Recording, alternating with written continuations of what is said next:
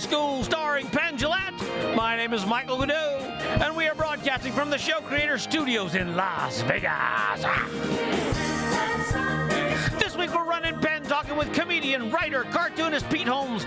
They're on Pete's podcast, You Made It Weird. Penn just did an episode of Pete's show, Crashing, and in today's show they're talking about living Bob Dylan's fabricated past. Here he is preaching love, Mr. Penn Jillette. Although Penn's not talking first, I guess it's probably Pete. Tell the people. First of all, so good to see you. Good to see you. Good Thanks to see for you. being here. And your new, your big television program starts soon again, right? Does it start up again? Yeah, I just like that you called it my big television show. Your big deal television show. Yeah. It's a big deal television show. You have your own television show that you're the star of. I agree with you. I do. Isn't that a big deal? It is. I try not to let it go by, actually. Yeah, don't. Yeah, don't. Yeah. Everything's temporary. Because there may be a time you don't have a big TV show. No, I'll guarantee. You can't guarantee. Either I die while I have one, and that's another way of not having one, or I live to not have one. Lucky me. Yeah. So you have already won. And whatever the contest is, you've already won. Yeah, well, that's a big question. What is the contest? But if the contest is getting a TV show, which it certainly is one of the ones that I took on, I'm so happy to. Well, you know, it depends on how much we want to have you define your own goals for life. I would like to allow you to define your own goals for life. What do you mean by that? Well, I mean, whether you are going to say, if your goal was to get a TV show, yes, and you got a TV show, I would like to consider that success. Isn't it? Some would say that you don't have control of your own goals. The actual goal is to live in abstinence and stoic meditation somewhere, right, with a vow of poverty, in which case you failed. But if that was, that wasn't my goal. By your goal, my goal, good success. My own understanding of success. Well, that is kind of what I was saying. Like, there's more to life than the TV show. Boy, am I glad to having a TV show. Yeah. We'll get to that. Maybe. We can't start with the deep stuff. No, why not? I mean, we can. I just find it's such a good way to end the podcast. Okay. Well, because we'll love to have you. I'll open with this. When you are on Season 2 of Crashing, Episode 1, Season 2 of Crashing, and it was one of my favorite things that I ever did for the show. I'll tell you, it was really wonderful. You know, it's one thing. You got applause. People applauded. That was a big deal. I mean, I know maybe you know, and I'm sorry that I interrupted, but it was with a compliment. Is that you got always okay. There's a certain quality to the air when people's lives are being made better, when fear and stress and isolation are being reduced. And you and I might have different approaches to that, but we're on the same team in that regard. And I loved everything you said, and we talked a lot. Yeah, who was telling me? Filmed it, and they clapped. One of your guys. I don't talk to them, but was there, and that was a joke. And said that it ran. They kept it really long. We did keep it long. I don't know who told you that though, because it did get cut down. Yeah, but that's not to say it's not long. It's just it used to be because I loved it so much. I mean, it's not that I go to bat against Judd in any way or HBO or anything, but at the end of the day, you have to go, I need an outside opinion. Mm-hmm. Is this scene too long? Yes. And when you're dealing with the types of things that we'll talk about towards the end that you say, I didn't want to lose any of them. But then you're like, is that... You have to go, is it important? Kill your darlings. Yeah, I know. Kill your darlings. But I was killing Penn, Gillette face darlings, which are gigantic darlings in vests. And they have cards and rings, and I didn't know if I could kill them. Well, you did. I did. But it came out wonderful. Good. Any trim we did wasn't for time or any sort of corporate reason. We made you shine. I have discovered since doing your show that a lot of people like it. Is that right? Yeah. I say to friends, you know, I did this Pete Holmes show. And they go, oh, I love that. Watch from the beginning. I loved it. Oh, that's great. Well, it's going to be fun to see because Season 2 is when a show really kind of burrows into an audience. You know what I mean? Season 1, we're all a little nervous. Is this thing even coming back? It's like Band of Brothers when there's a new character. You're like, don't get attached to old Tex. He might get shot in the head, like in the next scene. Like you start distrustful. So now we're second season. People relax. The show relaxes, and the first episode is wonderful. And there was no other choice. I was like, I want someone to elegantly and beautifully describe not only atheism, but like a whole different world of this is enough. Now, like a beautiful this is enough. You're all done with the season now, right? Yeah, we're done. You're all done. I just did the final mix this morning. That's why I'm usually better in the morning. Like meaning more hyper. So you're going to get a nice, relaxed, easy, Good. I'm easy fine chat. when you're relaxed. Also, this is early morning for me. Is it really? Yeah. You're so showbiz. Let's start with showbiz. I'm in showbiz. I know, motherfucker. You're real showbiz. Let's talk about it. Look what I wrote. Look what I wrote. Showbiz. Here's on the paper. Here's what happened. Yes, buddy. A bunch of guys in the garment industry moved out to California, and they created a new kind of show business. But they brought with them their garmento sensibilities, which is why people in LA get up at like 6 a.m. Now, of course, there's light involved. There is light. I'm saying there's light. Yes, I understand. We're acknowledging the presence of light. But we're not sewing buttons, and we don't have to be open 9 to 5. So there's some things you don't have to be in the light for. Yes. Many, I don't know if you've noticed this, but many movies and television shows happen indoors. Yeah. Many of them. Right. So you could start at noon. Yes, you totally could. Now, when you live in Vegas, you're part of a longer tradition of show business. Right. And you don't consider, like, troubadours and those kinds of people as guys getting up at 5 a.m. Right. And stopping and having a coffee and going to where they're going and saying hi, Bob. On a big cell phone. Yeah. Yeah, it doesn't happen. You're a real showbiz. You're a show man. I'm a show. I like that I live when Penn is alive. I'm a show folk. You're show folk. You're a carny. Wouldn't you call it like almost? I by carny, I thought you said that, and now it sounds like an insult. You carny. I aspire to be carny trash.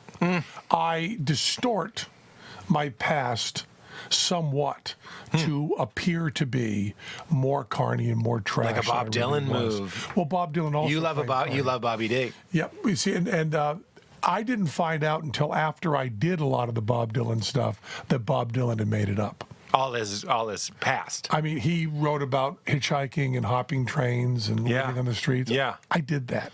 How do we know? You just said you fabricate. I didn't say fabricate. Okay. I said I lean in, exaggerate a little bit. I don't really fabricate. You make it a better story. Sometimes while I'm telling a story, I go, I'm changing some details to make this a better story. I was just talking to a friend of mine, Mike Armstrong, and I wrote about this in one of my books, but it was a horrendous thing. I was talking to a woman, telling her a story. I finished the story, which I told honestly and from the heart. And then a half hour later in the dinner, I said, that story I told earlier was not my story. That happened to somebody else. Oh.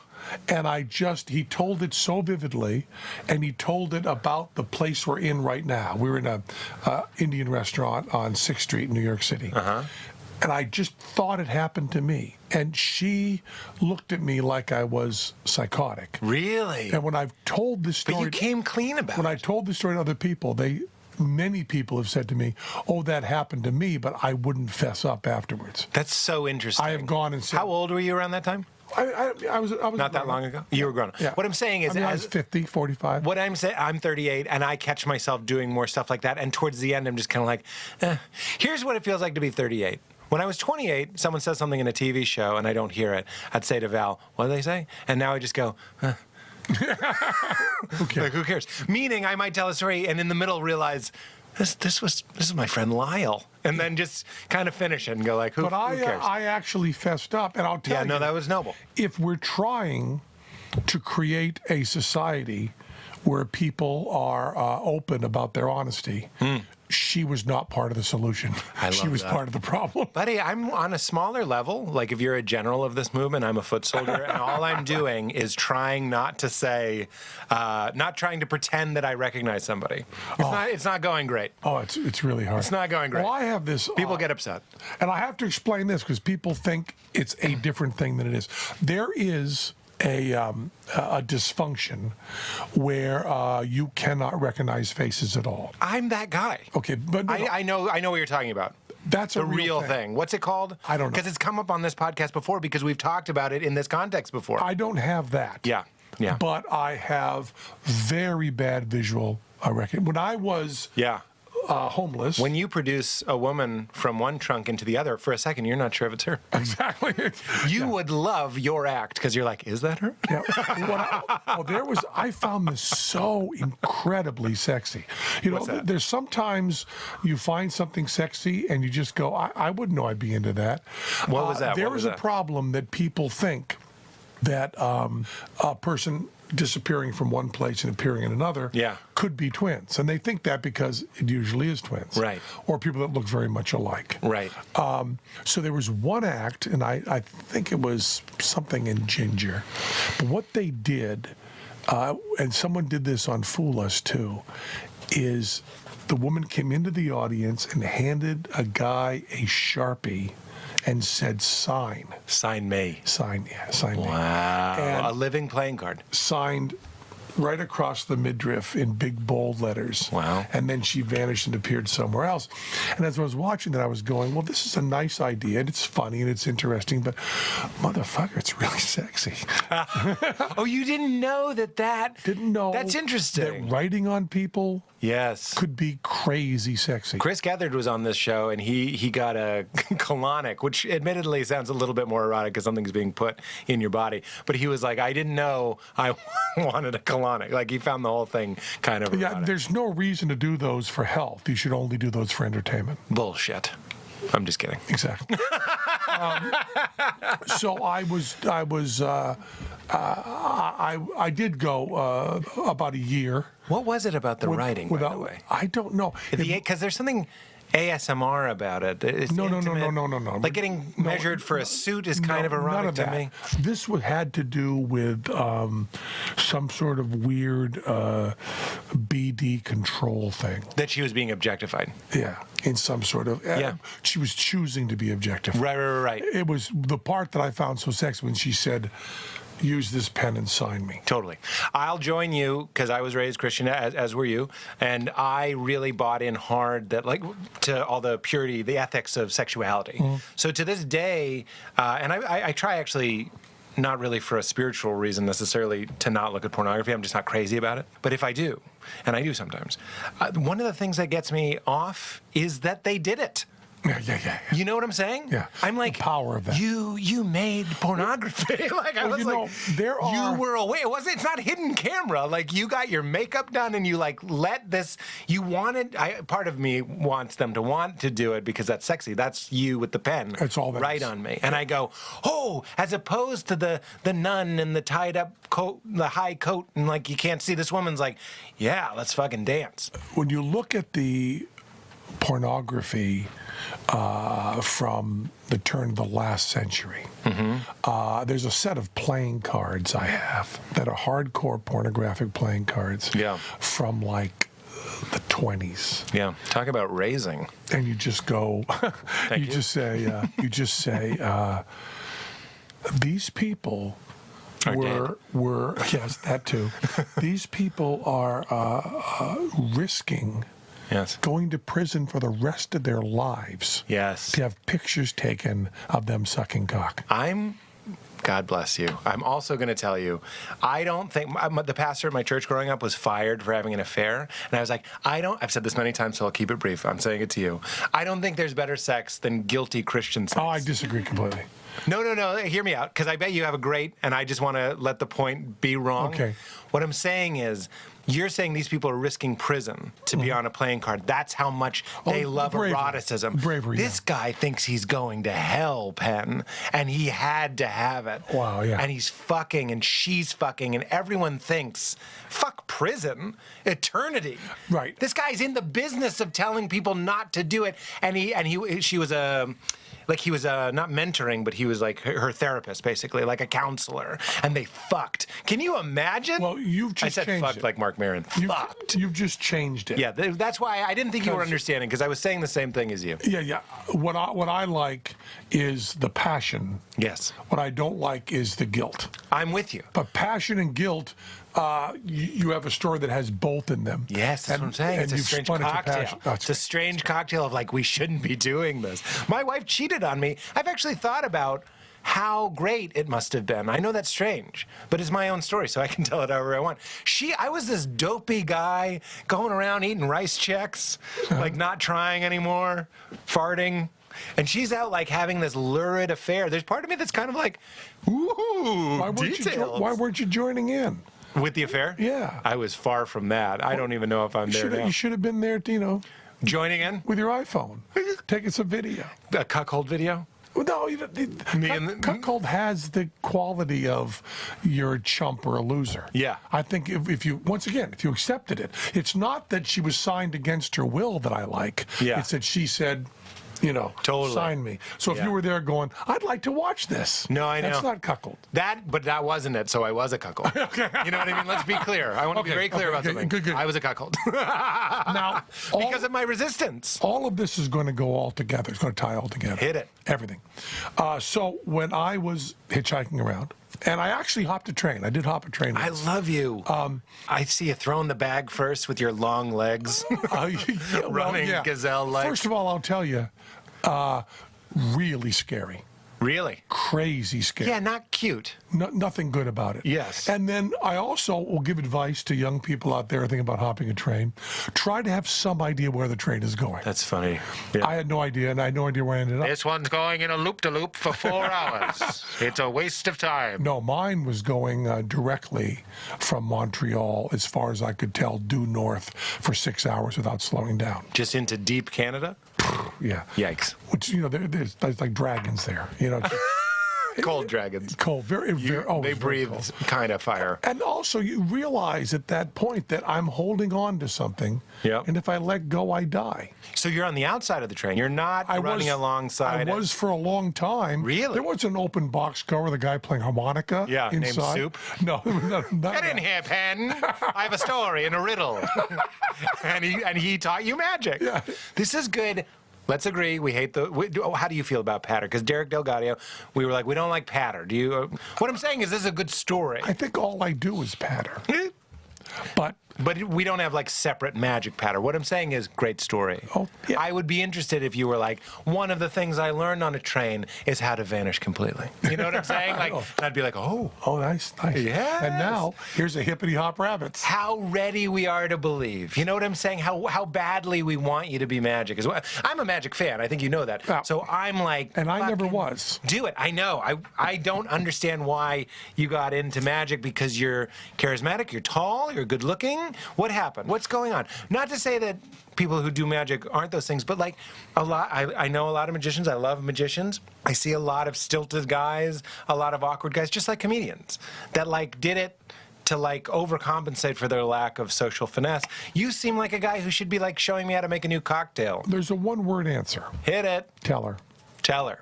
That's what I've heard. I wanted to work with Teller. Why? Because Teller was. I love Teller, but was I mean, the most the most talented, interesting person I'd ever met. And how did you meet Todd Berry of the Magic World? Not in any interesting way. There was a guy at Amherst College who did very strange classical music concerts called the Otmar Scheck Memorial Society for the Preservation of Unusual and Disgusting Music, kind of like a more Unusual or disgusting music? It was a. Do you know how dull most people are? You're like, it's not a good story. He was in the Association for the Preservation of Unusual or Ugly Music. I'm like, most people are like, I went to a Quiznos. Well, do you know who Otmar Scheck is? No. Otmar Scheck was a Swiss composer in the earliest part of the 20th century that did a tone poem, semi-operetta, about being buried alive. Okay. And this person who was to be my friend, who was a DJ on the classical station in Amherst, had played Otmar Scheck and thought it was the most turgid, unpleasant music he ever heard, and decided to start a society in his name. No. But I bought a stereo from this guy. It's like the ultimate heckle. It's like, I hate this so much, I'm actually going to preserve it. Forever. And I was a child. I was 16, 17, and I went and saved up my money, and I wanted to buy a nice stereo. So he was working in a stereo store, and I went in to buy the stereo and mentioned that I was a juggler. And he said to me, do you think you could juggle Me. while playing the drums for Beethoven's Ninth. I said, I think so. Wait, what do you mean, like foot drums? Could I bounce balls off of it? I said, I think I could do that. And he said, could you throw plungers, bathroom plungers, around me at a board and get them to stick? And I said, I am really good at practicing. If you need someone to learn something, I can learn it. Yeah. So I said, I'll learn that. And I said, no one else that you'll meet So an opportunity met Penn Jillette. will actually do 4 hours a day Yes, on yes. this. And I worked on it forever. And In your backyard, licking plungers. Yes, looking for Then I actually ended up using chapstick, and there was a lot of Get out! technology involved. Fun. I learned to do it. Life can be fun. You can either be a normal guy or you can be in your backyard with chapstick and plungers. And then I showed up and did the show, and there was a Latin teacher from New Jersey who was pretending to be blind and reciting poetry and selling pencils outside the show. And that man was Teller. And so there's 7 years age difference to us. So I 17 or 18, he's 25, which is a huge age difference at that age. Yeah, sure. He can run a car. And we started talking about art, And my high school, no one did that. No one. Which high school is this?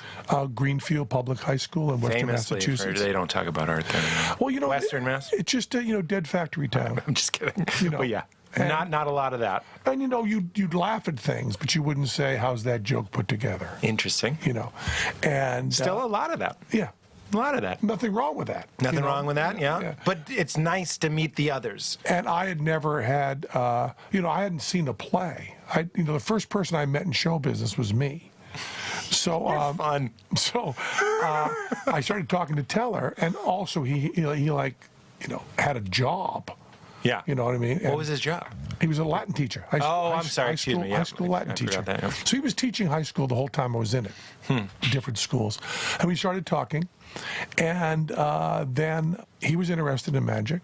And He wasn't yet doing it. He was 25. He was 25. He was interested in magic. He had been since he was 5 years old. Oh. And he was the guy who was a teacher, Mr. Teller, and then Mr. Teller, every talent show, would do his magic act, and Mr. Teller would work at the library. There he and is. Mr. Teller always talked about magic, right? It'd make your late fee disappear. And I said to him, I don't like magic at all, because I think that the most important thing you can look for in life is truth, and magicians are just sloppifying that. This is how a lot of people feel. Yeah. Like people in the audience. They're And like, it's uninteresting. It's the Seinfeld bit. It's like, Yeah. and is this your card? You're an asshole. Yeah. Which, I don't know if you've seen my bit. My bit is the opposite, which is, we know it's fake. Fucking live. Like, enjoy. But Well, tell me what you got there. How I you got had to have that explained to me. there. Did he? Yes. He did. Teller said to me that there was a way to do magic that didn't insult the audience and was honest. How did he know that? This seems pretty advanced even for now. Well, we were both fans of Amazing Randy. I'd gotten there with hate, and he'd gotten there through magic. You mean you got to Randy through hate? Yeah. Because Randy seems right up your alley. Yeah, Randy was everything to me. Amazing documentary for those not knowing who Amazing Randy is, called An Honest Liar. It seems like a movie that you would have made. Title, yeah. Yeah. It's like the And it's perfect. indeed a movie I'm in.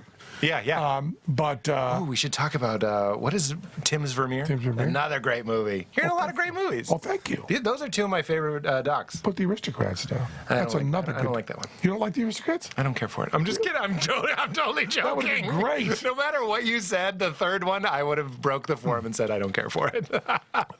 But I don't know which of these stories to finish.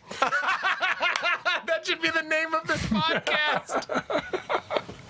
I've never had a guest just so honestly call it out. Pete, I don't know which of these stories to finish because we're going all over it. I love it. But I was in Chicago. Yes. And I've been hitchhiking. And I was the age of a college student, although I had no higher education. And the University of Chicago does a lot of testing. And they had a little sign up that said, $5 an hour for psychological testing. So that was That was it. 3 hours of work would get me through the next 2 weeks. You know, I wasn't eating much and I wasn't living anywhere. Wow. So I went in for it, and it ended up they were running just simply memory tests, and something really nutty happened, which was on visual memory. I scored low enough that I would be, I would need halfway house. Almost like special needs. I would be special needs. Yeah. Visually, memory. Right. And my conceptual memory was rather high. And to the point they thought that something was wrong with their testing. They'd never seen that disparity. Yeah. And so I found out a lot about myself. I mean, they could hold up. They gave you the results. That's kind of nice of them. Well, no, they didn't. They said to me, would you come in and do more testing? Would you come in and do more testing? And then you were said, like, hey. Then they said, because we think you're lying. We want to know how you're cheating us. Because they would hold up like a picture of a guy, like an 8x10. Then they would put it down. They would hold up 3 more pictures, and one of them was the person from before. I'd seen before in a different pose. Similar looking guy. Oh, different pose. Different pose. I think I might do poorly at this And test. I would go, I have no idea. I only see haircuts. Then they would show, yes, exactly. I see haircuts. And shirts. Haircuts if you and change shirts. your shirt in the middle of the day, I don't know who you are. Especially women, and I don't like this about myself, but when Val and I watch TV, I go, what? Who is that? First of all, they need to have in every single show, everyone needs a different hair color, a different. If you put 2 blonde women in a movie, I'm they're gone. the same person. I'm gone. Yeah. You and I are what's skewing movies. And they would give me a grid with a pattern on it, and I could reproduce that completely, as long as I could describe it. So they found out that I was doing these cheats that I didn't know I was doing because I thought everybody did them. And that is, I describe, when I'm coming in to meet you, I run a description. What do you mean? I say, I'm going to see Pete, tall, light. It's the exact description I gave of you when I first met you. That's funny. But it's verbally I'm doing it. Right. So I'm looking as though I'm looking from notes. Right. So this is bad because when I'd be on the road, and back in the days before 9/11, when you could actually go and meet someone at the airport, I would have met a woman and had nice time with her and said, why don't you fly to the next city and see me there? And I'd go and meet the airplane and have no idea who I was looking for. Yeah. No idea. So your example is great because it's somebody that's important to you. Yeah. This is, like, you care about this. I once talked to the head of TBS when I had a talk show on TBS. I talked to the head of TBS for 20 minutes. No idea who the fuck they were. No, that happened to me all the time. And I had, they were at the pitch meeting. They were at the, out of context.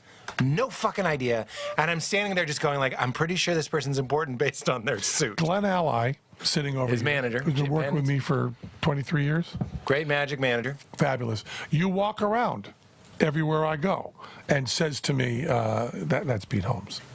You worked with him. That's what I need. Always telling me. And who is it that talks about your tap? There's one of our friends who says he has a very specific double tap. A double tap on the shoulder? On the shoulder. To that wrap means things up? This is someone you know really well. See, these are the things I want about the president. The president has someone that whispers who they are, and the president gets regular haircuts. That's all I ever want. If the president is smart enough to know that those are good things. That's right. We always thought that would be everybody. Turns out it isn't. So I once did a show, and I did not know that my mom was coming to the show. Now, I think we've talked about this. I'm a mama's boy. Yeah, you love your mom. Very close to my mom. We got to talk about your mom. And my dad. I mean, both of them, but I was the same person as my mom. And a woman came up. This is in the fog of war. After I've done the show and I'm taking pictures with people and signing autographs, and a elderly woman came up and put her program in my hand and asked me to sign it. And I looked her directly in the eye and signed it, handed it to her, and she said, "I'm your mother." Wow. Proof. That's proof. Yeah. Proof positive that you have this thing. But I would have had no trouble if I knew I was going to see her. I just love the discussion of different types of intelligence because I can't stress this enough. My whole life, through high school, through college even, I thought I was not as smart as everyone else. And that was actually evident in my grades in high school, at least. I started to turn around in college a little bit. But then, like, you do notice Val and I have been watching less TV, so we're playing more card games and stuff. So we're playing this game called Roman Rat Screw. Have you ever heard it? No. It's also called Egyptian Rat Fuck. It doesn't matter. Anyway, it's a two-player game where you each get half the deck and you flip over cards, and different cards mean different things. It's very brainless. But it's beneficial if you remember the order of the cards. Oh. And I've noticed, without any effort, I'm very good at knowing where she is in her deck. There's a jack coming up. You know what I'm saying? This is not to say I'm a genius. Nobody gives a fuck about that type of talent. That type of thing, because it's not very useful. Well, that's pattern recognition. That's you going, I can draw this thing again. Yeah. I never knew that about myself. I thought because that's a way of being good with numbers. That's a way of being good with patterns. But I was always like, I'm just bad at that stuff because your quadratic formula doesn't move me. Why can't I point the finger at it and say, boring to me? But it says stupid to you. You want to say, you don't want to fall into that trap. I don't want to say boring. I understand. No, because you have to be careful because some of it is intelligence. I mean, some of it really is. I mean, I have friends who are very, very, very smart. And Tim is one, and Rob Pike, and a bunch of people. And you don't want to fall into the mistake of what I desperately want to believe, but simply isn't true. If I were as interested as they are in those subjects, I could do that. Mm-hmm. Simply not true. Mm-hmm. I mean, these are people that can manipulate three-digit multiplication in their head. Right. Right. Now, there's also the interest and everything else. But one of the reasons some things are boring to me is I simply don't understand the raw brain power. The talent. Yeah. Absolutely. I think that's wonderful. Maybe talk a little bit about that. It's like there's some things that if we try really hard, plungers, chapstick, we can learn them. And one of the things I like about you is that you are I hate the term, but a lifelong learner. You're learning. We're either growing or we're decaying, and you are growing. But also, we're both tall. Yes. And tall teaches you something. Tall teaches. This is fun. Tall teaches you something because tall teaches you not to buy into completely you can do anything you set your mind to. Tell me because we know we're not going to be jockeys. Yeah. You know, and we know that people that we've met you and I, if we put everything into it, there's a chance that you and I could be the bottom level of basketball. Right. There's a chance. Yeah. But there are people who are 5'5" that's not true for. Right. And we have to remember that also is true on things that are not as easily quantifiable. Well, that's what I say on the show. And I can't do certain kinds of math. Right. I'm not going to be able to. But what you can do, you're into. You love playing around. And I do read a lot of math, and I study a lot of math, but I understand that I am playing above my weight class. Which is great, though. One of the things I hate, and I mean I'm passionate against, is when people just resign. I can't say this enough on this podcast. They just go, I'm bad at... I'm sorry, I'm bad at talking, or whatever it is. This is work on it. What I believe. Yeah. The word genius is created to justify laziness. That's interesting. No other reason for that. That's like, did you hear on NPR where they talked about there was the blind guy who never went to blind school, and he's going around, he's riding a bike. He's very, very, very high level because he never was taught that he's blind. Yeah. You know what I'm saying? Is that kind of what you mean? Kind of, but I also... It's in the ballpark of what we're talking about. Yeah, but what I kind of mean is Bob Dylan. Bobby D. You know, the artist I like the most. It's so tempting to say Bob Dylan's a genius. We'll never be able to do as good as Bob does. And we have this sense, at least I did, especially when I was younger, that Bob just kind of walks in the studio and full-blown genius comes out. I got something about a stone. Hit it! Now, he doesn't even know. Blood on the Tracks. What? Just kidding. Blood on the Tracks. Great album. Amazing album. And the myth about that album was that he was having trouble with his wife, Sarah, and he poured his heart out. Mm-hmm. And this is pure, raw pouring his heart out. And then there were rumors about a notebook where he worked on Blood on the Tracks. And now, because in Oklahoma, all his work and notes are being put together in a museum now. I was so worried for a second you were about to be. There was a big fire, and we have none of it. No, you're telling me the good news. And people who've looked at this collection, there's not one notebook. There's like 3 notebooks of small writing. Pages and pages and pages where he's writing stuff that's deceptively simple, like time is a jet plane, it moves too fast. You know, that is not full blown from the mind of Zeus. Yep. That is now. There's certainly a huge amount of talent. Also, But can we just say, because Val is interested in the creative stuff, and now she's living with an artist person, me. And I'm like, Val, the difference I'm between... glad you told me that it was you. Well, now I'm into it. I filmed it with the iPhone. No, I go, Val, one of the big differences between me and a non-artist person is I write it down. That's it. Because she says genius shit all the fucking time. And I love her to death. And she's so funny. She's so smart. And she's so talented. I just go, write it down. Who cares what you're going to do with it? Just write that down. That was a great line.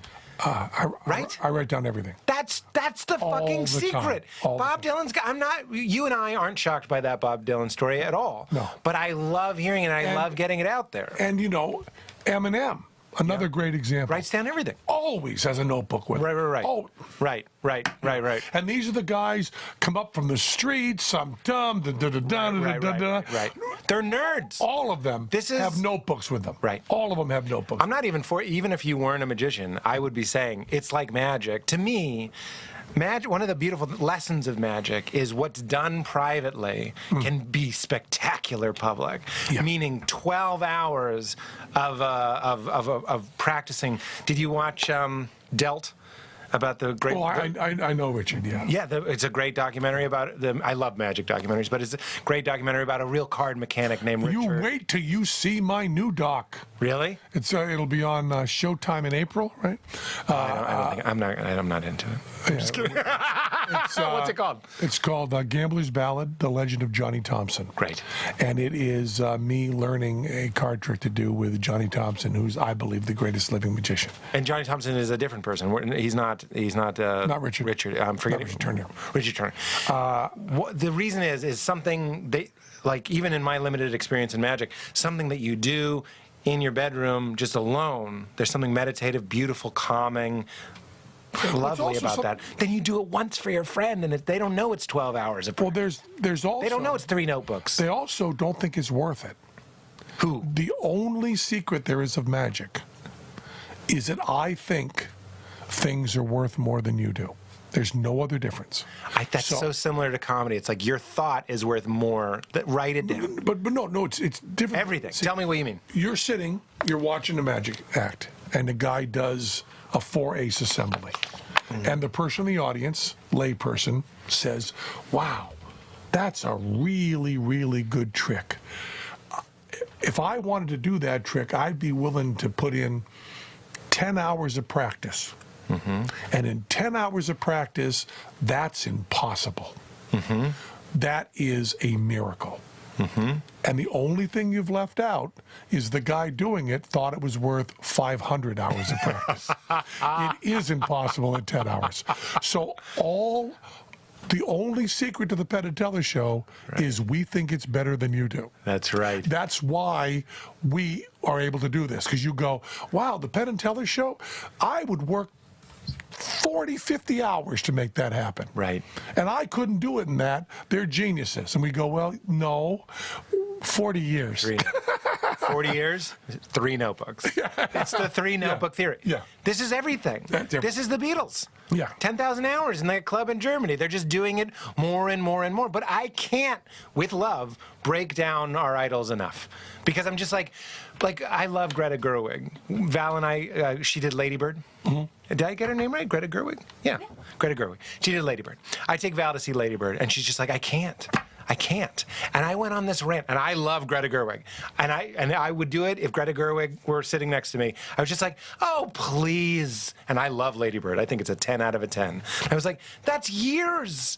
It's years of cooking an idea, jotting down a thought about your mother, dreaming about it, remembering, exploring. It only appears to be genius. This goes back to your point. Yeah. Genius is just another wall between you and it. Yeah. You go, I'm not a genius. Yeah. Motherfucker, don't give up. Well, that's the other thing. Just get in your bedroom and start practicing cards. Or whatever your cards are. Someone pointed this out to me, and it was so profound. Dylan's first 4 albums, New York Times, everybody goes crazy. This is so literate, mentions of Shakespeare, blah, blah, blah, blah, blah, blah, blah. Someone pointed out to me that every single reference in the first 5, 6 Dylan albums, every single one, every literary reference is Minnesota public education honors English program. I love this. Nothing else. Dylan was that. Yeah. So, Shakespeare is in the alley with his pointed shoes and his bells. Yeah. All he did was pay attention in high school English class. He knew it was worth more than we thought it was worth. What I wish, I've said this a million times, I wish someone had explained to me that learning is shoplifting. It's sexy. It's exciting. Steal it. Someone, not literally, went into a cave and worked for a very long time on something. Steal it. It will get you laid. It will get you paid. It will make you feel good about yourself. You ever get a third word that rhymes? It'll get you in the shade. Take that, Marshall. It'll get you laid, it'll get you paid, and you'll have it made in the shade. Made in the shade, drinking lemonade. That's what I'm saying. It's like somebody told me, do this. Have some tapenade. That's good. It's a little bit too salty for you. That's what the lemonade's for. Wash down the tapenade. It's like if somebody told me, learn to avoid failure. And it'll give you AIDS. The good. We had a shirt idea, lemonade, the good kind of AIDS. It never worked. It never worked. We pitched it at college humor. We're like, it's very dark. You know what I'm saying? It was the shift from doing something to gain something, as opposed to learning to avoid punishment, ridicule, failure. That was all of my schooling, was just like, I don't want to fail.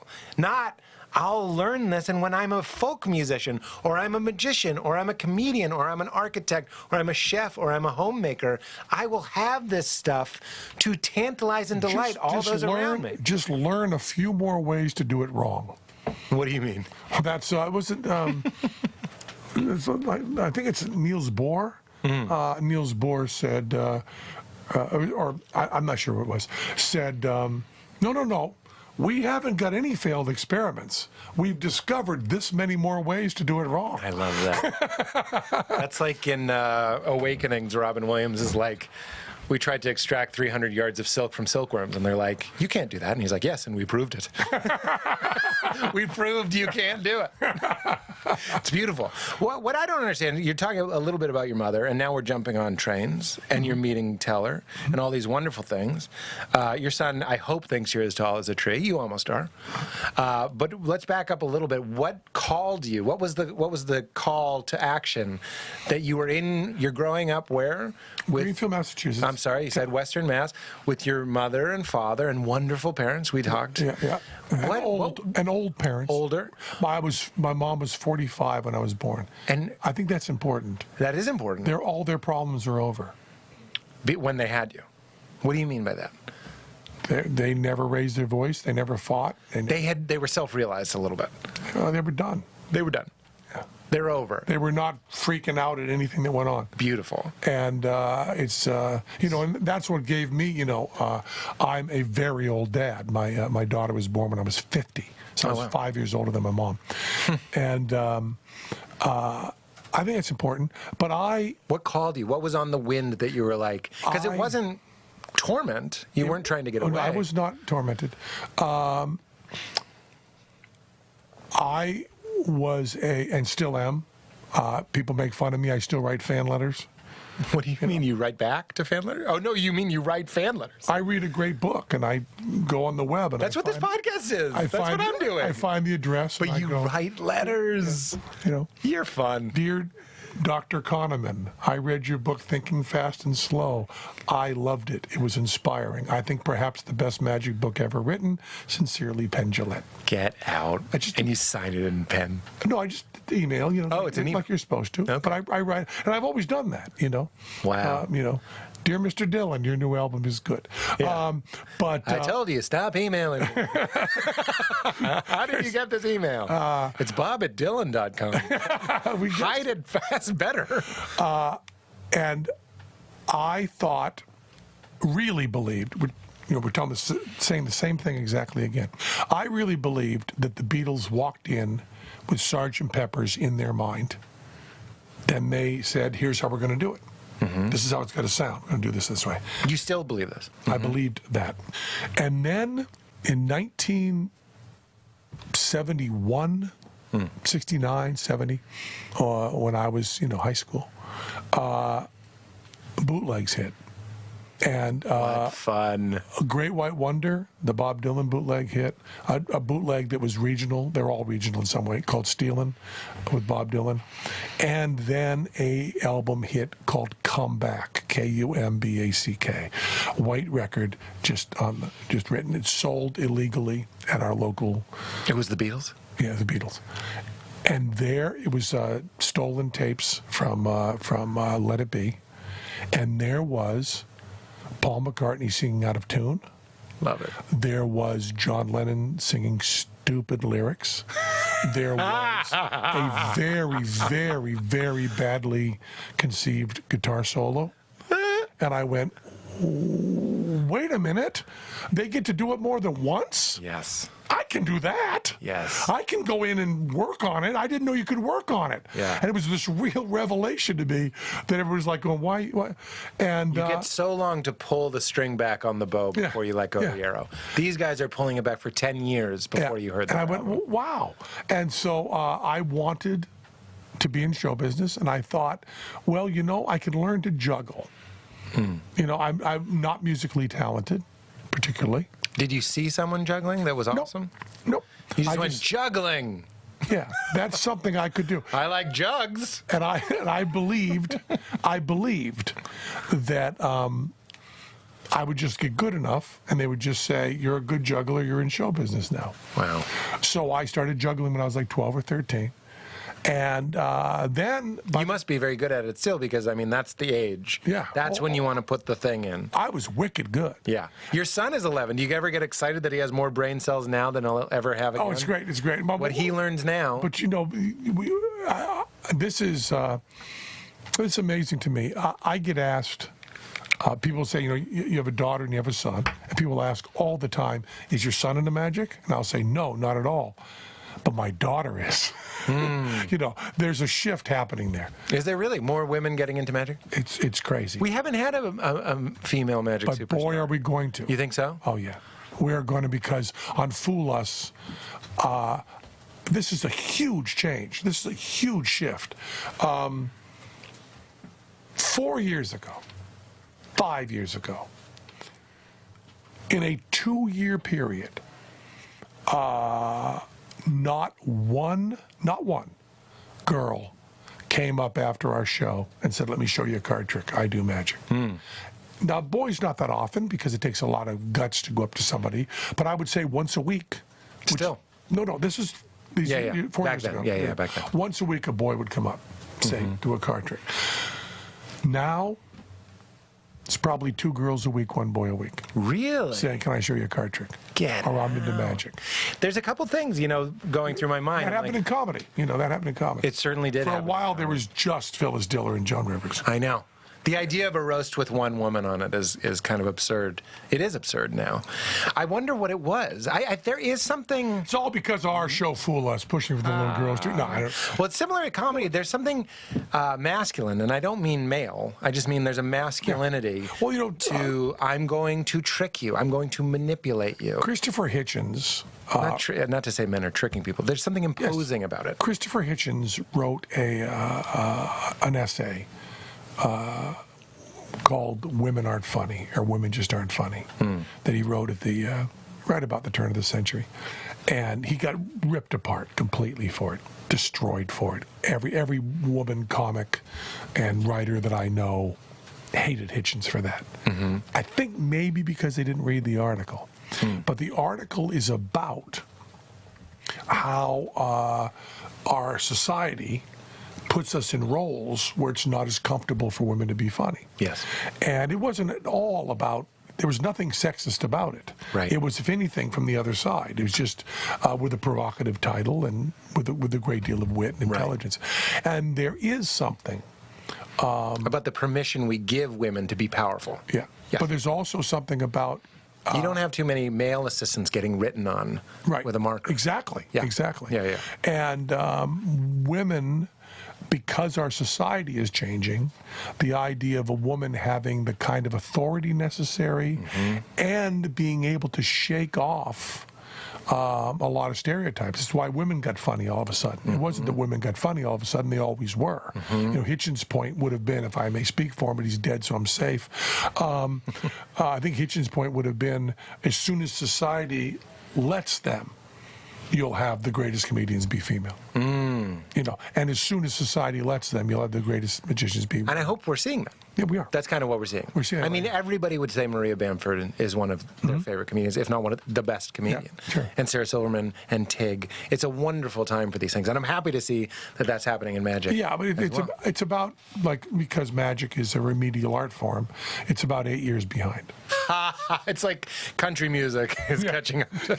I don't know if that's true, but it seemed like a joke. When country music discovered the sixth, it was a long time after jazz. Wait a minute, that interval sounds good too. God damn. Well, Miles was playing in '56. We don't know nothing about that. Well, jazz is ahead of all of us. Jazz is lapping us all. So you felt the call on the breeze to get into show business because it seemed like fun, because you realized because of the comeback record that you too could be in show business. What I wanted to be, because you learned the three-notebook secret. What I wanted to be was a writer. I had no interest in comedy, no interest in that kind of show. I wanted to be a writer, and then, but I was juggling, and I was actually, making all my pocket money in high school doing talent shows and stuff like that. That's fun. And then, did you busk? Oh yeah, you seem like a great busker. Huge amount. You should still busk. That's where I got this voice. I might. We're doing some stuff for Fool Us. Oh really? And we've talked about doing a special, like a 45-year special. And I've talked about going to the places I actually did and going out and doing my street show, which I'm not sure I can physically do because it was so fucking loud. Yeah, I bet. The volume. I would work outdoors in the wind for 300 people, and everybody would hear me. Wow. And I would. I wonder I can hear you now. I would put, because I was embarrassed, I would fill a Coke can with chloroseptic and drink it, so the anesthetic, because the pain was so great, I was coughing up blood all the time. Wow. From just screaming. Wow. That's how you turn into cheap carny trash. Yes. But Teller still claims that the best thing I ever did was my street show. Really? He says you've never been better than what you wrote at 19. No way. What did you close with? How did it end? I closed with, I just did this. I just did a corporate talk, and I had mentioned during that street performing and how honest that is. And someone said to me, what was your street show? And some of it came back to me. I ended the show by taking a black velvet bag, putting it over my head, and juggling knives. Wicked hard trick. And I would finish that. Boom, boom, boom. And then I would take the hood off, and I would say, my last trick is not a juggling trick. My last trick is a magic trick. I'm going to take this perfectly ordinary, everyday household executioner's hood and transform it before your very eyes into a change purse. There, it's done. Now, in order to prove I was successful in this transformation, I will need money from each and every one of you. When you're deciding how much to give me, note I say how much and not whether or not. There's a few things you should consider. And then I would say, the people at the back, You came late. You didn't see the whole show. I don't expect any money from you at all. I really don't. You didn't see the whole show. I don't expect any money. But I do expect you to hold hands, all of you, and stay until everybody in front of you has given me money. Wow. I'll also say, I think, and then it went on and on. That's great. And I used to do phenomenal amounts of money. Really? I made so much money that I went to an accountant. I was 19 years old, and I went to an accountant in Philadelphia, and I said, I'm making a lot of money street performing, and I don't know how to do my taxes with this. And he said, how much money are you making? And I said, I do $5,000 to $6,000 a weekend in 2 days. Wow. And he said, if you report that to the IRS, they're going to think you're a drug dealer. As a matter of fact, I think you're a drug dealer. He said, just go away and don't try to report your money. And you leave your Coke and he sniffs it. He's like, I was right. This kid's on something. Yeah. He's on the syrup. Yeah. That's hilarious. So you just kept it? Sure. Tax-free? Well, yeah. I mean, in theory, this is obviously a metaphor. Yeah, I said earlier that I lie and make up stuff. Yeah, there you this go. This is obviously one of those things. That's brilliant. That's brilliant. It's not true. Tell the people, there's so many things that you said. I just love talking to you.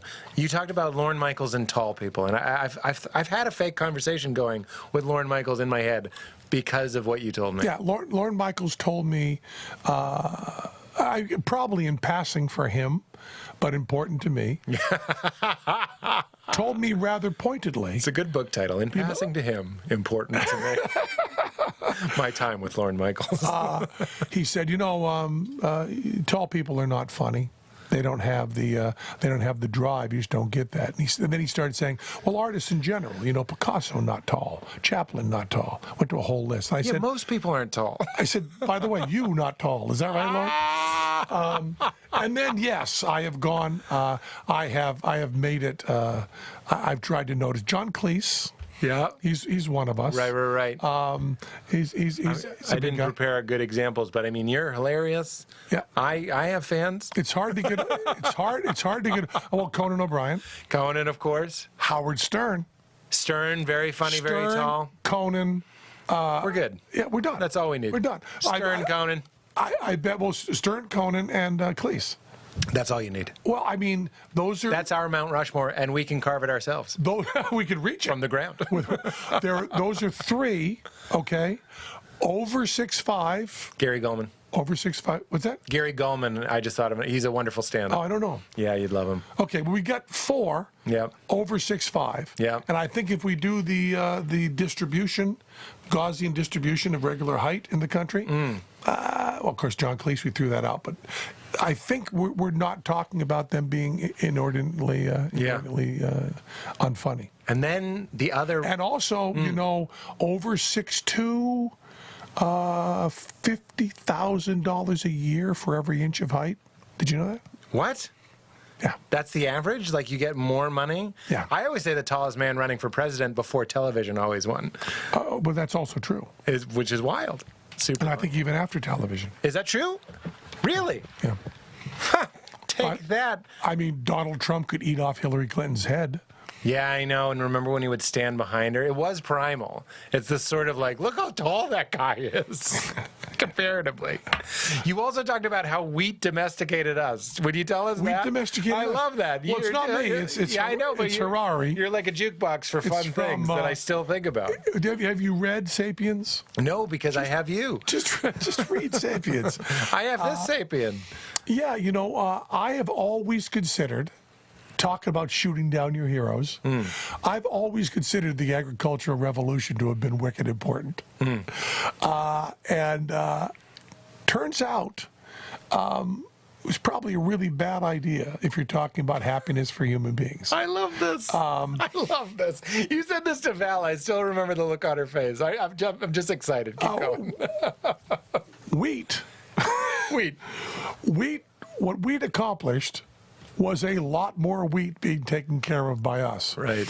Turns out, if we just lived in the in the Serengeti and ate the food that was around, population stays reasonable. And this is what they've just discovered, which I find. This is from a different book, but I can mix up. You can mix it up. Hit shuffle. The average, right now, and forgive me for using the word Bushman, because there's some. You're supposed to use the actual tribal names, but Right, I don't speak. Yep. So we have to say Bushman. So I say Bushman. Is that a real language? Yeah. I actually See, I would believe that you knew. Like, it's either a bit or Penn is just like, I want to learn some of the click-based languages. I wanted to learn another language because Tim Jennison told me one language, one thought. You want to get more thoughts. Like, it changes the way you think. Changes everything. Which is why we were talking about off mic, which is why a lot of, like, silent retreats and stuff gets you to think not in language. Yes. That's even as we'll get to the atheism stuff, which is beautiful and wonderful, and I'm excited. That's one of the things I think you would get behind too. Is it's interesting to take your brain. So and I looked think into non-thought. languages. Yes. And I wanted to pick one. By the way, the one that's top of my list right now, not to ruin the punchline, is Arabic. Is that right? I think if I learned Arabic, I could get on the very few watch lists I'm not already on. I was waiting for you to be done talking so I could say so you could get on a few lists, and you were there waiting for me at the end of that joke. But one of the languages I thought would be, there's all the click languages of Africa, which are some of the most ancient languages. And I thought, boy, would that be great if you were able to introduce me and say, we have Penn Jillette on, who is a magician, writer, comedian, and also one of the finest speakers in Yeah. And maybe we'll get him to talk a little bit, recite some poetry. Yes. But I looked into how hard it is to learn. Yeah. Insane. 10 out of 10? Too hard for me. Oh, yeah, way off Crazy. the charts. Off the charts. You're better off like learning Russian and Chinese at the same time. Really? Really hard. Wow. But, I've heard that about Ethiopian, like one of the hardest yeah, languages. well, that's one of the to click languages. learn. Is it a click language? Okay. So the Bushmen, if you count everything, walking to where they have to go, killing things, picking up things, cooking, creating shelter, anything that you could broadly consider to be in any way, shape, or form work, 17 hours a week. That's it. Rest of the time, they tell stories, they tell jokes, they sit around. Right. They are amazed that the farmers come in and work tremendously hard. Right. At the behest of the wheat. And The wheat is whipping us. and because Making us work. Because that's given us a mono diet. Yep. There's all sorts of, there's no obesity, because not just because they eat less, because there's no mono diet. Right. So you're not eating the same things over and over again. Right. Also, their microbiome changes seasonally, which doesn't not happen anyplace else in the world. Right. Different critters in their guts At different times of the year. Yeah. Yes, as it should be. Yeah, which does all sorts of stuff for health. Absolutely. But a mono diet, eating tons and tons of wheat. Now we have more people and we're doing more work. And I think you were like less dancing, less singing, and less fucking, Much less of all those. which is crazy. Yeah. We've lost the narrative and it's fucking wheat. You and I should be able to, and this is something I never do. Yeah. How often do you sit for 5 hours out with your friends with your feet up, telling jokes and a cup of coffee that you're not monetizing in some way? I know. It's crazy. I think it's weird that one of the reasons I do this podcast, I've found an excuse to do it. Exactly. But it used to be that we'd all be doing it. Yeah. You know what I mean? Which is like Val and I, like I said, we've been watching less television, and now we sit around and like talk and laugh. And I was like, this used to be what life was. Like we've kind of lost it. We work too hard, then we binge our entertainment in like a couple hours, and then we go to bed. You mentioned watching TV. David Hockney, who was the inspiration for Tim's Vermeer. Hockney wrote a book about Vermeer and about art using lens. He didn't know. What Hockney did was he wrote a whodunit without knowing whodunit. He knew there was some mystery behind the Vermeers. He didn't know what Somebody it was. did it. Tim He solved wrote it. it. Somebody did it. Yeah. And Hockney points out, man, this blew my mind, and I haven't seen anybody talk about this. He's like one paragraph. Before the invention of film and television, we never got to be privy to a conversation that we weren't part of. Interesting. And now we spend all this time watching things that we aren't part of. Have nothing to do with it. If you had, if you wanted to listen to someone speak, they had to know you were there. Now we're having this conversation People and people are listening in. that we don't know we're there. Yeah. And I think that change psychologically, which is brand new, right? That's only A blip. 100 years. It's a blip, yeah. 100 years. I think that's a huge thing. It is a huge thing. And there's also something about, I bring this up all the time, we're having our needs met by people who don't authentically care about us. Right. You know what I mean? I think one of the most interesting things about the time we're living in is we're figuring out that having our needs met isn't contentment. You know what I mean? It's like you can be sitting on a couch watching whatever you want to watch and eating whatever you want to eat. Like Grubhub will bring it to you, but none of it was prepared lovingly or deliberately. Meaning like when your wife makes a sandwich for your son or daughter, it could be a crap sandwich, but she made it with intention. You're in the room. You're in the room. It's different. Yeah. And I've just noticed, it's only been a week or so of just laying off all types of entertainment, internet, anything, just kind of like being a little bit more. I'm across the street getting my coffee. I'm like fascinated by the world. I'm reading 4 Arguments for the Elimination of Television, that book from 1978. Very interesting book. And he's just talking about like, I used to look at nature and be moved to tears. And like, this is in the 70s. and he was just like, I'm dulled. We're all turning into Jim Carrey, and that's good. In which movie? Did you see Jim and Andy? Jim and Andy, yeah, I did. Jim Carrey is becoming the philosopher for our time. Yeah. He's now, I just thought he was, a douchebag. Now he's the philosopher. I know. He's who I want to follow. He's got I have my target on him we're coming up on our 400th episode, and I'm like, I'd love to have Jim Carrey on. Give him every inch of my love. Tell him that I absolutely love him. I met him years and years ago and liked him. Yeah. Really liked him. But you're shocked to see Rubberface turn into a really important thinker. It's interesting, though, because Jim is very, from what I can tell, he's very, we're all one. He's smoked DMT. He believes that a lot of stuff that I have to imagine you don't believe. I know. I watched Jim and Andy carefully for that. Yeah. And did not seem that far from my beliefs. See, that's what I But I also can respect people who of course you we can. don't agree. This is why I love you. I love you. And when you disagree with somebody... There's a lot to learn from Jim Carrey. For sure. I love that. But you have a big open heart, and we didn't... So for Crashing, I wanted Pete to meet an atheist, my character Pete, and me, to meet an atheist. But I wanted a beautiful atheist. And not to say that it's a short list, but it is kind of a short list. Somebody in show business that could really compassionately... People are drawn to the way you talk about it. A lot of times, atheism can get a bad rap. And I think you give it some of that warmth. You give it warmth. From its very name. It's defined by what you don't believe. Yeah, it's a negation. It's an atheist. I don't believe in atheists. Yeah. But you don't feel that way. Let's talk about it. Okay. I remember your points because I had to edit that scene for weeks and weeks and weeks and weeks. And I know you've said it a million times, but there's a lot of people on this podcast. I've gotten a lot of flack, loving flack, because I misrepresent atheists. And I've always tried to get better and better. And since we talked on the show, I now quote you more than anybody. We used to talk about the well. You throw a 1,000-sided die down a well, and one of the numbers means there is a God in the way that we think of him, conscious, external, observing God. That's one of the numbers. We're just saying, an atheist would say, we think it probably didn't land on that, or there's no evidence that it did. Mm-hmm. But what I found talking to you starts with the scientific revolution. Why don't you start wherever you want? I mean... Well, take the reins. Well, it's so hard to know where to start on this. But what I find is that my statement of atheism is that everything is enough. Right. I find... You're a taste of strawberry atheist. You know what I mean?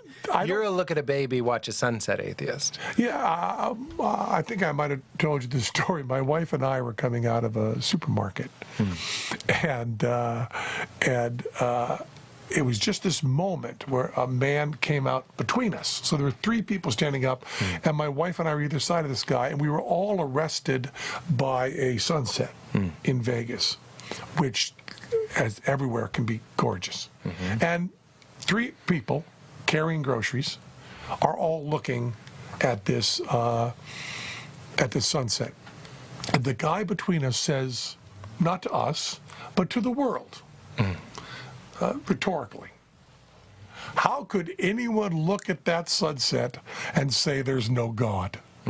Simultaneously, in stereo, on both sides of them came, there's no God. You did not tell me that story. And it was this great moment. That's so funny. And people did...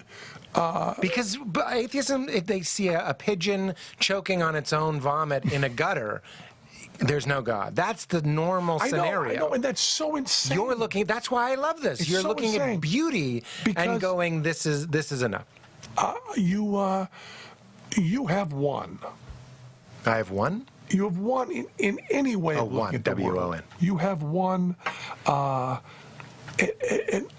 indescribable, unimaginable lottery. The chances of you being here as you are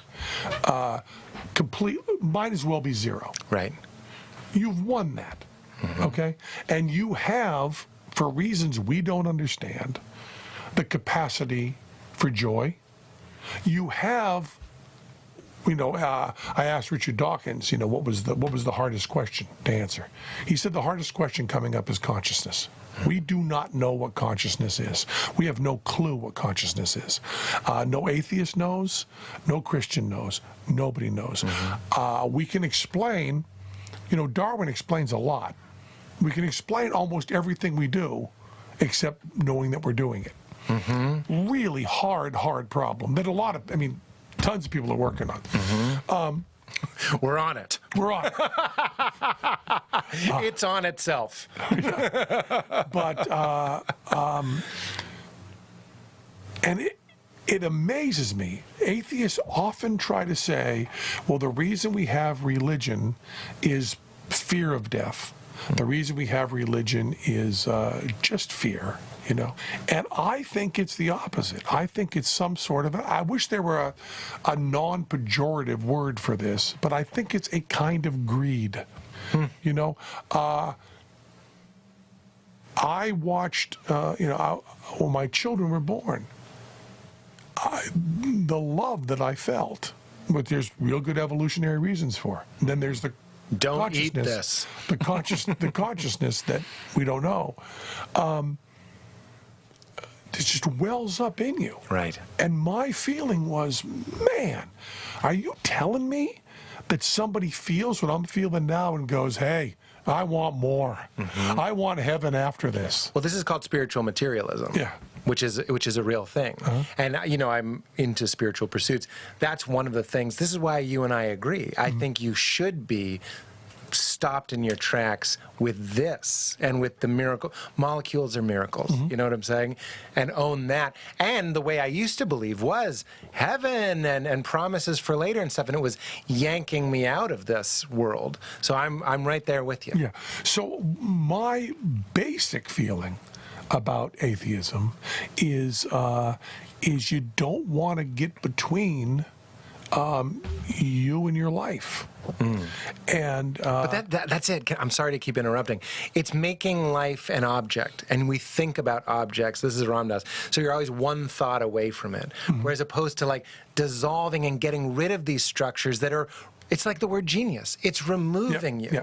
The word God, I think, to you, is removing you from this, from dissolving into it like sugar into iced tea, just like being there. I also, a friend of mine once said to me, I don't believe other people believe in God.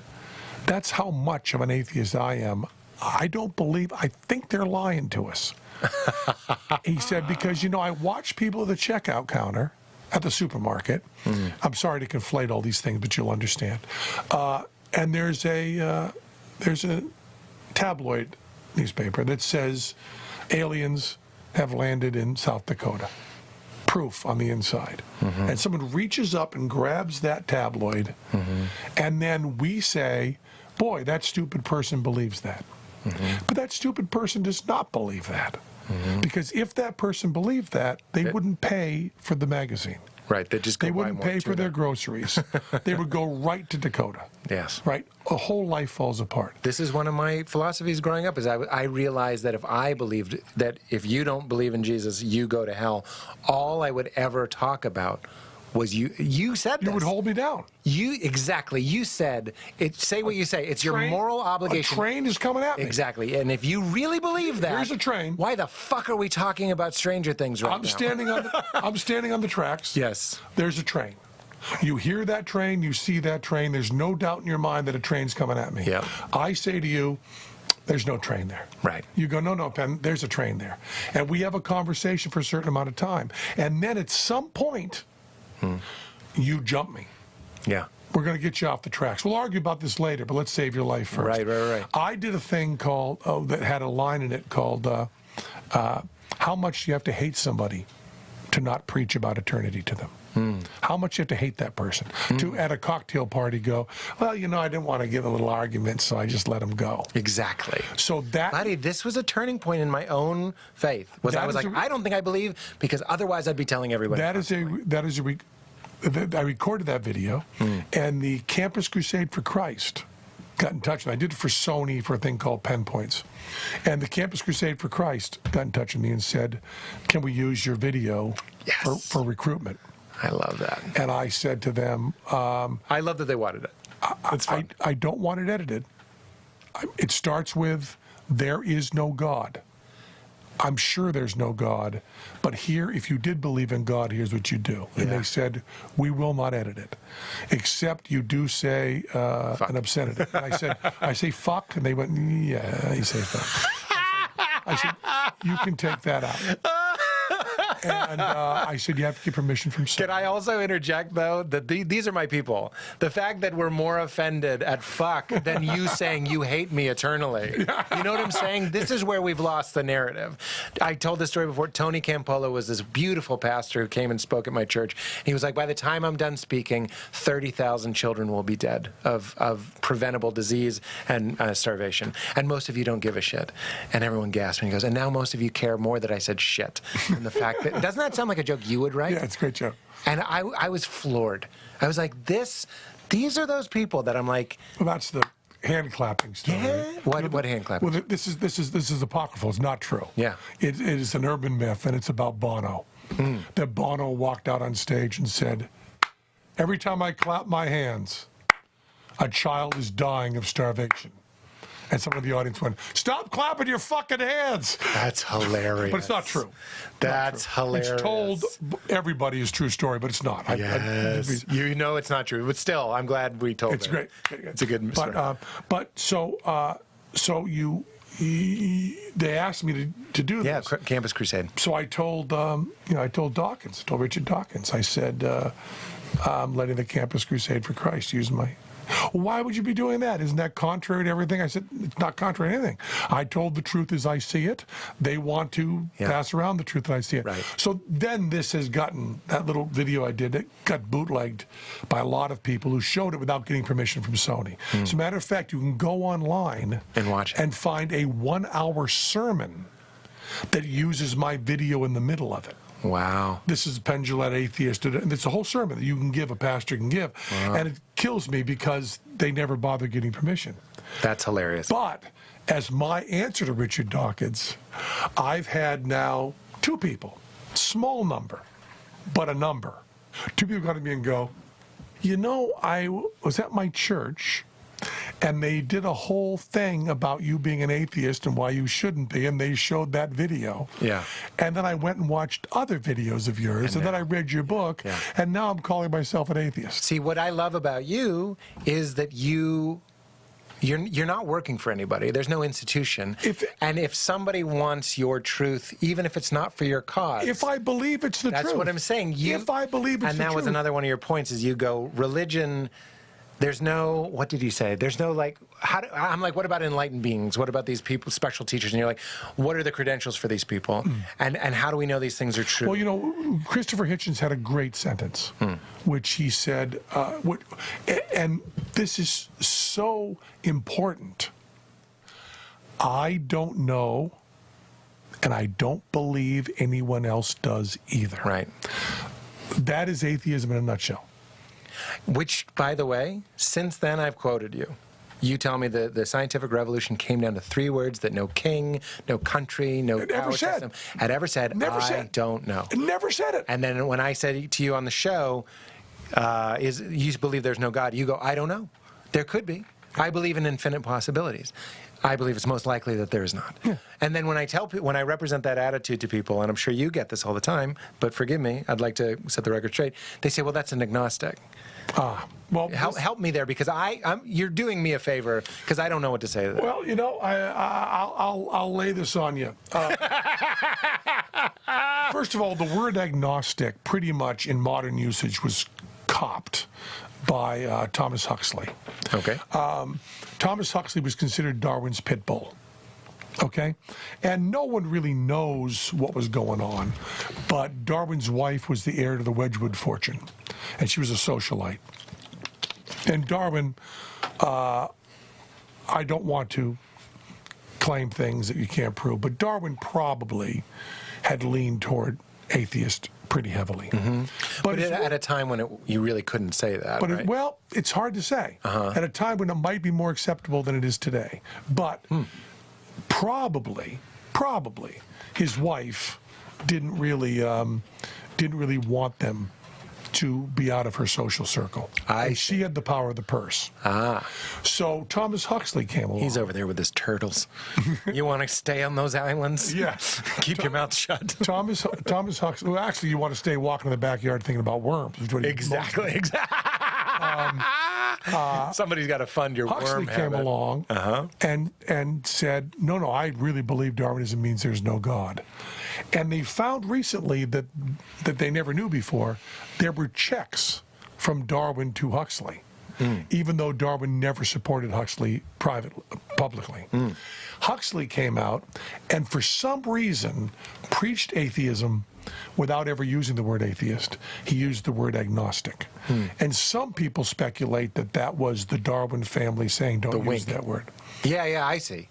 Now, it's really interesting because the end of the 19th century in America, the 3 highest paid speakers, we're talking just money, nothing else, money. 3 highest paid speakers, all atheists talking about atheism. The Chautauqua circuit, all that stuff. Talking about 1890 or so. So you've got Thomas Huxley, Mark Twain, Robert Ingersoll. All of them invited to the White House. Atheists were, and then I believe the socialists come in, cop atheism, and run with it. But atheism was rather. But going to all this, so I believe that Thomas Huxley used the word agnostic as a cop-out. But let's keep the history away. Let's talk about the word and the ideas. The ideas are important. Agnostic means don't know. Gnostic is knowledge, Gnostic don't know. Okay, so what you're answering there is not a theological question, you're answering an epistemological question. So I ask you, Pete, is it possible to know for sure whether there's a God or not? And you say, well, I really think that. I go, no. Is it possible to know for sure that there's a God or not? Right. And you say, no. Okay, now you've answered the epistemological question. And it's an epistemological question that I think almost everybody, no, but the majority of people would answer, okay, I can't really know for sure. That's agnostic. That's epistemological. How do we obtain knowledge? Now, the theological question is, Pete, do you believe there's a God? And then you answer me, well, I don't think the knowledge can be known. No, not the question. Right. I'm asking you to report on the state of your heart right now. I'm not saying, did you believe in God a minute ago? I'm not saying I'm going to believe in God tomorrow. I'm saying it right this second. And by the way, what I'm talking about is a straight Christian principle. This is straight Martin Luther, okay? This is, nailed up on the church house wall. This is it. In your heart, which is, the big difference from Protestant to Catholic. In your heart, do you believe right now there's a God? That's the theological question. So when you say to me, are you an atheist? And I answer, I'm agnostic. It's a different. You change the subject. You've changed the subject. Brilliant. So I believe, and there's arguments to this that are valid, but I don't buy them. I believe if I don't know, I don't actively believe. So when Glenn Beck says to me, why don't you call yourself agnostic instead of atheist? Why don't you leave that open?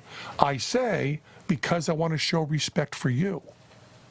Because the people that I know that are strong Christians, they care very much what's in your heart. And saying, well, I don't think you can know, has not answered their question at all.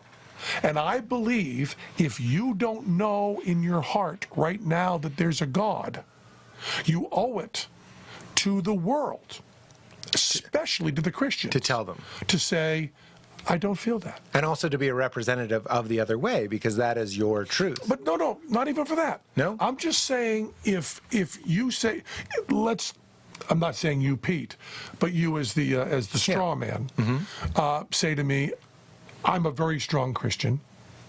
Do you feel God in your heart? And I say, well, I'm agnostic. I can't really know. There's an insult to you there. Yeah. Because the question I asked you was, what's in your heart right now? What kind of music do you like? I like pasta. Yeah, exactly. Precisely. So my point is to be respectful to everybody, use the word atheist. Now, I have not said I'm going to be atheist a minute from now because I can't predict the future. Because people always say that to me. Well, how do you know? What could come along? Couldn't you change? I go, well, that wasn't your question. You didn't ask me what's the stock exchange going to be in a week, because I don't know. But I find that, I wish there was another word besides spiritual, but I'm just going to use it and then we'll think about it later.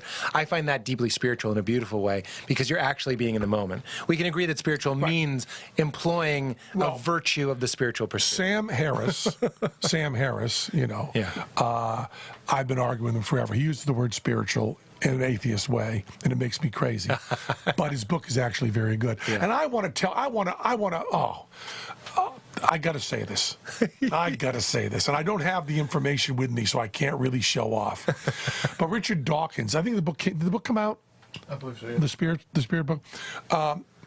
Richard Dawkins wrote a book called, the Spirituality of Atheists, right? The Spirituality of Atheists. I don't know what it's called, but it came out. And he sent it to me 6 months ahead of time and said, would you write a blurb for the back of this, please?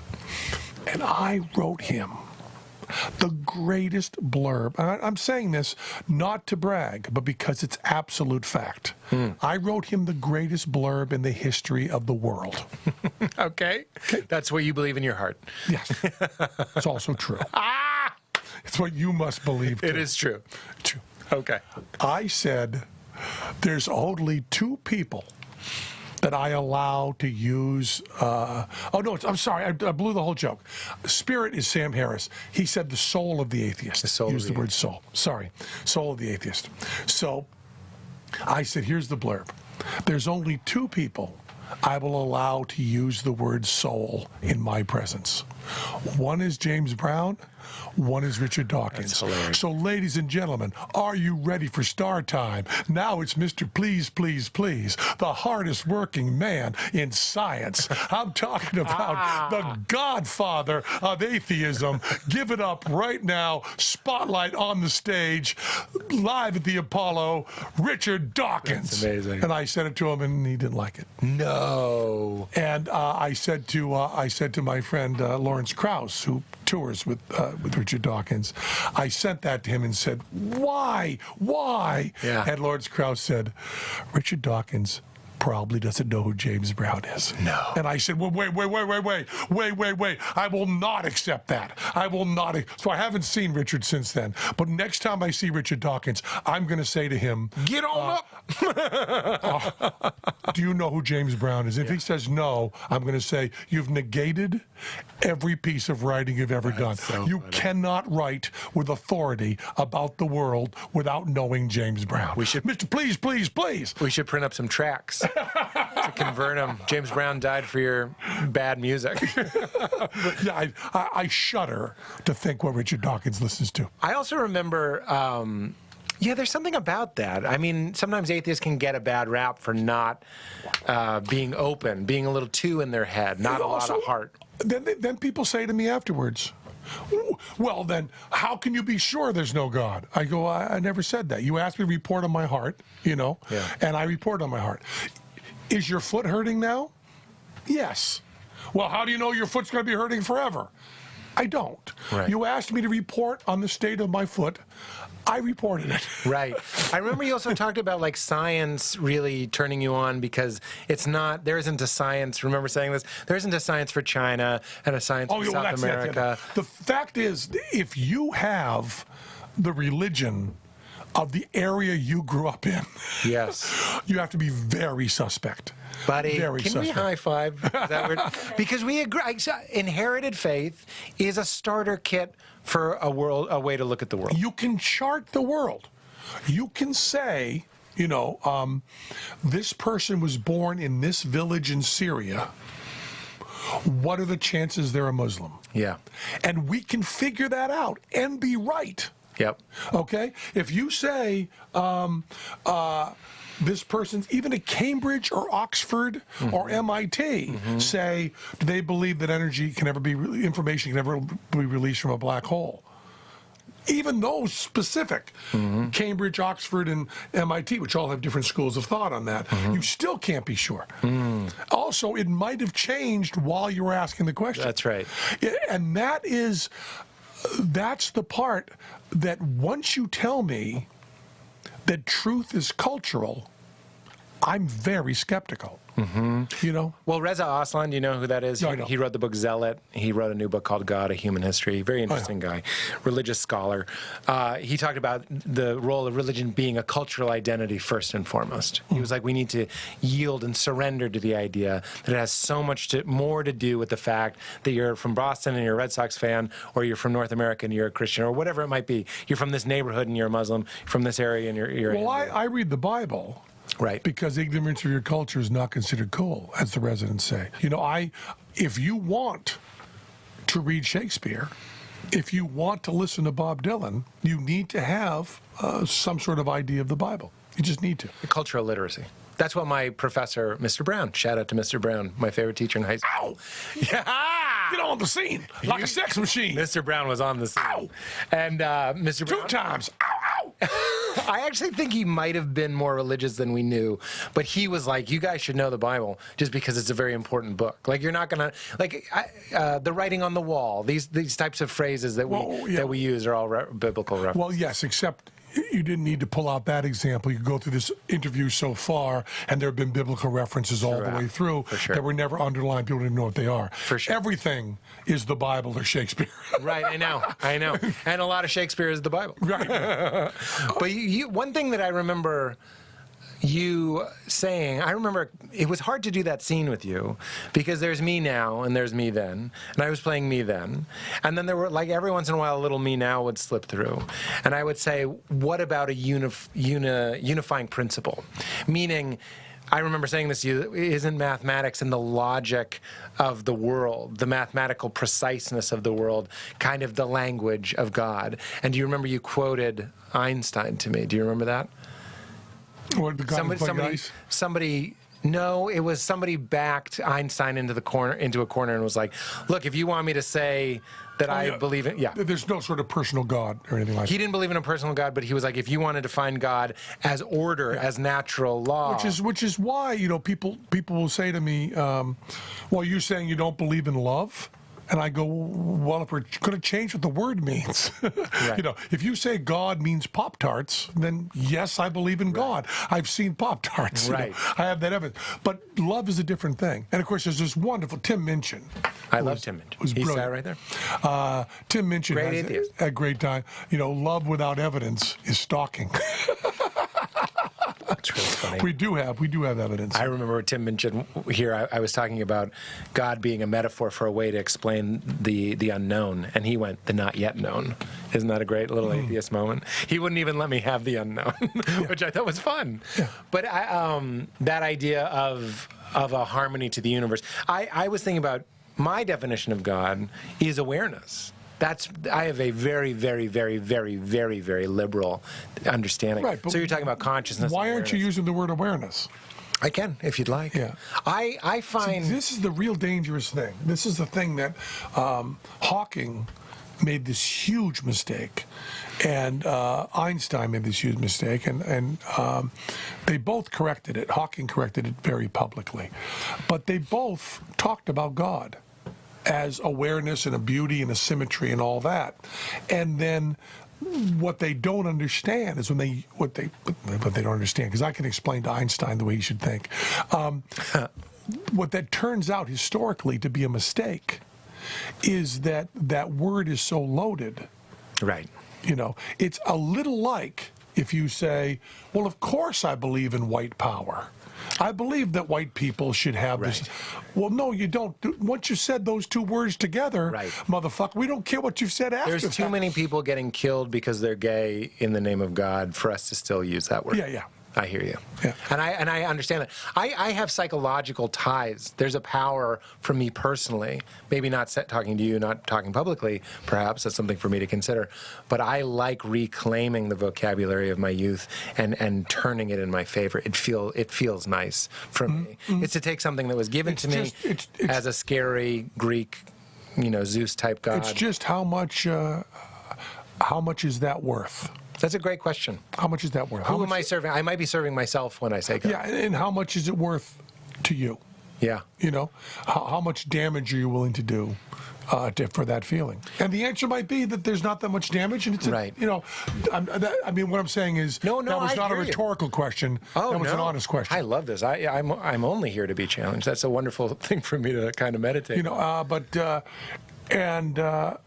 I've gone through these because over the past 3 or 4 years, I've fallen deep into my hippie phase because I read Buddhism all the time now. Really? Sam Harris had a big effect on me with that. I've also, now that I am often vegan. Yeah, not strictly vegan. Well, I call myself a fleegan, flexible. Yes, I love that. Yeah, I love that. I just a lot of that stuff of being here and now. I was just talking to Glenn the other day, and he was saying, because Penn and Teller. James Brown claimed it. James Brown died, but now Penn and Teller are the hardest working men in show business. We don't take any time off ever. And Teller finally wants to take a little time off. And I said, what I'd like to do most is go to a silent retreat. I would love that. That's what I want to do. That's amazing. I want to just. But that's interesting to me because off mic we were talking. One of the things. You're so rational, and it's beautiful, and it brought us phones and these microphones and bridges and vaccines and cures and amazing stuff. I'm so there. But there is this quality, and one of the spiritual pursuits is letting your mind be your servant, not your master. That is one of those things. So when we talk, you were saying natural law being different from rational law because natural law has room for paradox, something being something while also not being it, all these things that don't add up in our mind. So one of the things that I wonder if it's frustrating for you, maybe not frustrating is the right word, but is the idea that I actually strive for a lot through mantra, through breathing, whatever it might be, is to actually stop thinking. Yeah, all that I do. I do for the past 720 days without a break. I have done, at least 10 minutes of mindfulness every day. I'm not surprised at all, but I love it. It's interesting, though. See, this is why I love the soulful, the heartful atheist. Mr. Please, please, please. Although different Buddhists... That's a great blurb, isn't it? It's a great blurb. Okay. The second half is going to be in italics, right? I mean, at a certain point, it needs to take I didn't have it on the top of my head, but I went to the Live at the Apollo and took it word for word. Oh, my goodness. So it really was Mr. Please, please, please. You're magical. So even though we can use our brains to make these airtight, beautiful, like, poems of, like, we don't know, and anyone that says they know, and if you really think I'm in front of a train, and it's so pleasing to our mind, there's this other type of, like, I don't believe you've taken psychedelics. No drinking, no drugs. Right. One of the things that's interesting, I would love for you to take psychedelics. I would, Rick Rubin, and Trey Parker. I would fund the three of you. Yeah. But Penn, I guarantee, Terrence McKenna said, going through your life without taking psychedelics is like going through your life without having sex. Because it's not, I think for sure, it won't be what you think it is. It's not this like pulsating, caffeinated up. It's not like everything's great. This is one of the things I wanted to say to you. It doesn't actually add something the way alcohol does. I think alcohol adds this like slippery, oily, kind of hard filter over you. I feel like psychedelics actually remove something. So the you that stops in his tracks at leaving a supermarket, that's the guy that when we eat these substances, you actually go into that place. Well, you know, I do a lot of reading about this. You know, I've argued, and I don't think I would argue now because I think I've changed, but I have argued in the past that acid was really, really important to our culture, and that I got all the benefits from listening to Hendrix. You know, that and reading the Electric Kool-Aid Acid Test, and all of that. Harvard Psychedelic Club. What's that? Harvard Psychedelic Club is a good one. Yeah, I haven't read that. Doors of Perception. Yeah, and Sam Harris, you know, who his book could easily be called "I Love Acid." You know, and I argued with him a little bit because I said he is appalled by the idea of tobacco and heroin. And he has a little bit of trouble with the logic of why those are different, you know. But I will tell you, when people talk to me about drugs, the drug that I hate the most, the drug that I'm farthest from ever doing, is wine. Boy, do I dislike people who have wine with dinner. Can you please talk for 10 minutes? I'll be sitting here. Take a little bit. Since I saw you, I've stopped drinking. People having, just take the edge off. Well, that's the last thing I want from anybody. What do you mean? I mean, we're going to just have some wine. It'll take the edge off. Yes. I want the edge on for everybody I'm talking to. I want them at their best. I don't want someone to say, I'm going to be a little stupider so we can hang out. Val and I went to this thing, and everyone was drunk on wine. All these grown-ups. And there was one child there, obviously sober. I'm there, I am sober. Val might have had a little something, but I think she was sober. And we were all just watching how grown, red-lipped adults talk to children. And it's fucking where the wild things are. It's like scary ass shit. They're like, this guy's gonna be a tennis player. Like, get the fuck away from this kid. You're a scary man. Like, your inhibitions are gone. They should be up, because there's an impressionable child here. Like, it really was eye-opening to me. Yeah, I don't think there's much temptation for wine. I understand. But there is a very strong temptation for LSD and heroin. Yeah. Oh, really? Heroin too? Well, just because the Velvet Underground. Okay. You know, Lou Reed found something with heroin. Although as I became very good friends with Lou Reed. Oh, wow. Lou Reed would say to me all the time, any drug you want to know about, Penn, you just talk to Uncle Lou. And he'll tell you. I've done it all. Wow. And then Lou also said, I don't do a Lou Reed impersonation, which is a shame, but I will bring down the tone some. Lou Reed did say to me, speaking on behalf of the people of the world, and I often do, we don't want to see you fucked up. That's funny. That's what I like about you is you found a frequency, and it's a nice high one, and you're there. So when I say, Penn, I personally, and I'm not that attached to this desire, it would be interesting if your genius brain, because one of the things about it is you have access to your mind in a way that you never do. It's all there. And you go like, oh, wow, this is me. And you play on the playground of you, of your personality, of your thoughts, sometimes your fears, but it's all kind of playable. And I think somebody of your depth and intelligence would go, this is fun, because you'd get to hang out with yourself from within, which is really fucking Trey Parker considers it to be the drummer of Trey Parker of South Park. Oh, excuse me. I'm thinking of a different person. Trey Parker thinks it is a huge character flaw. Interesting. Me not doing drugs. And as a matter of fact, he rushed when I had dental surgery. He was accidentally overdosed and was high. He rushed to hang out with me and said, oh, by the way, I'm right. I like you high. That's so funny. One of the things that with mushrooms especially, I'm like, it's not a drug in the sense... But mushroom, you don't have the dosage control, do you?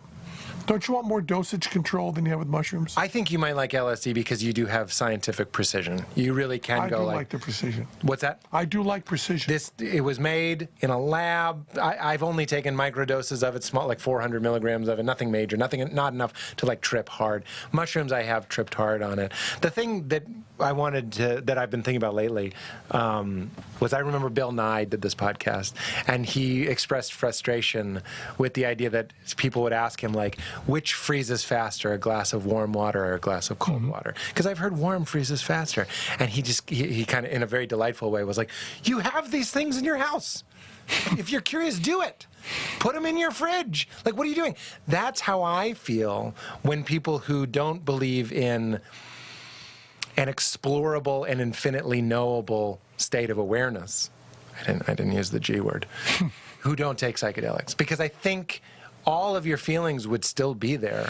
But it just might be a little bit of... Don't you need a control group? Technicolor. Don't you want some guy who's not doing it? We have millions of those people.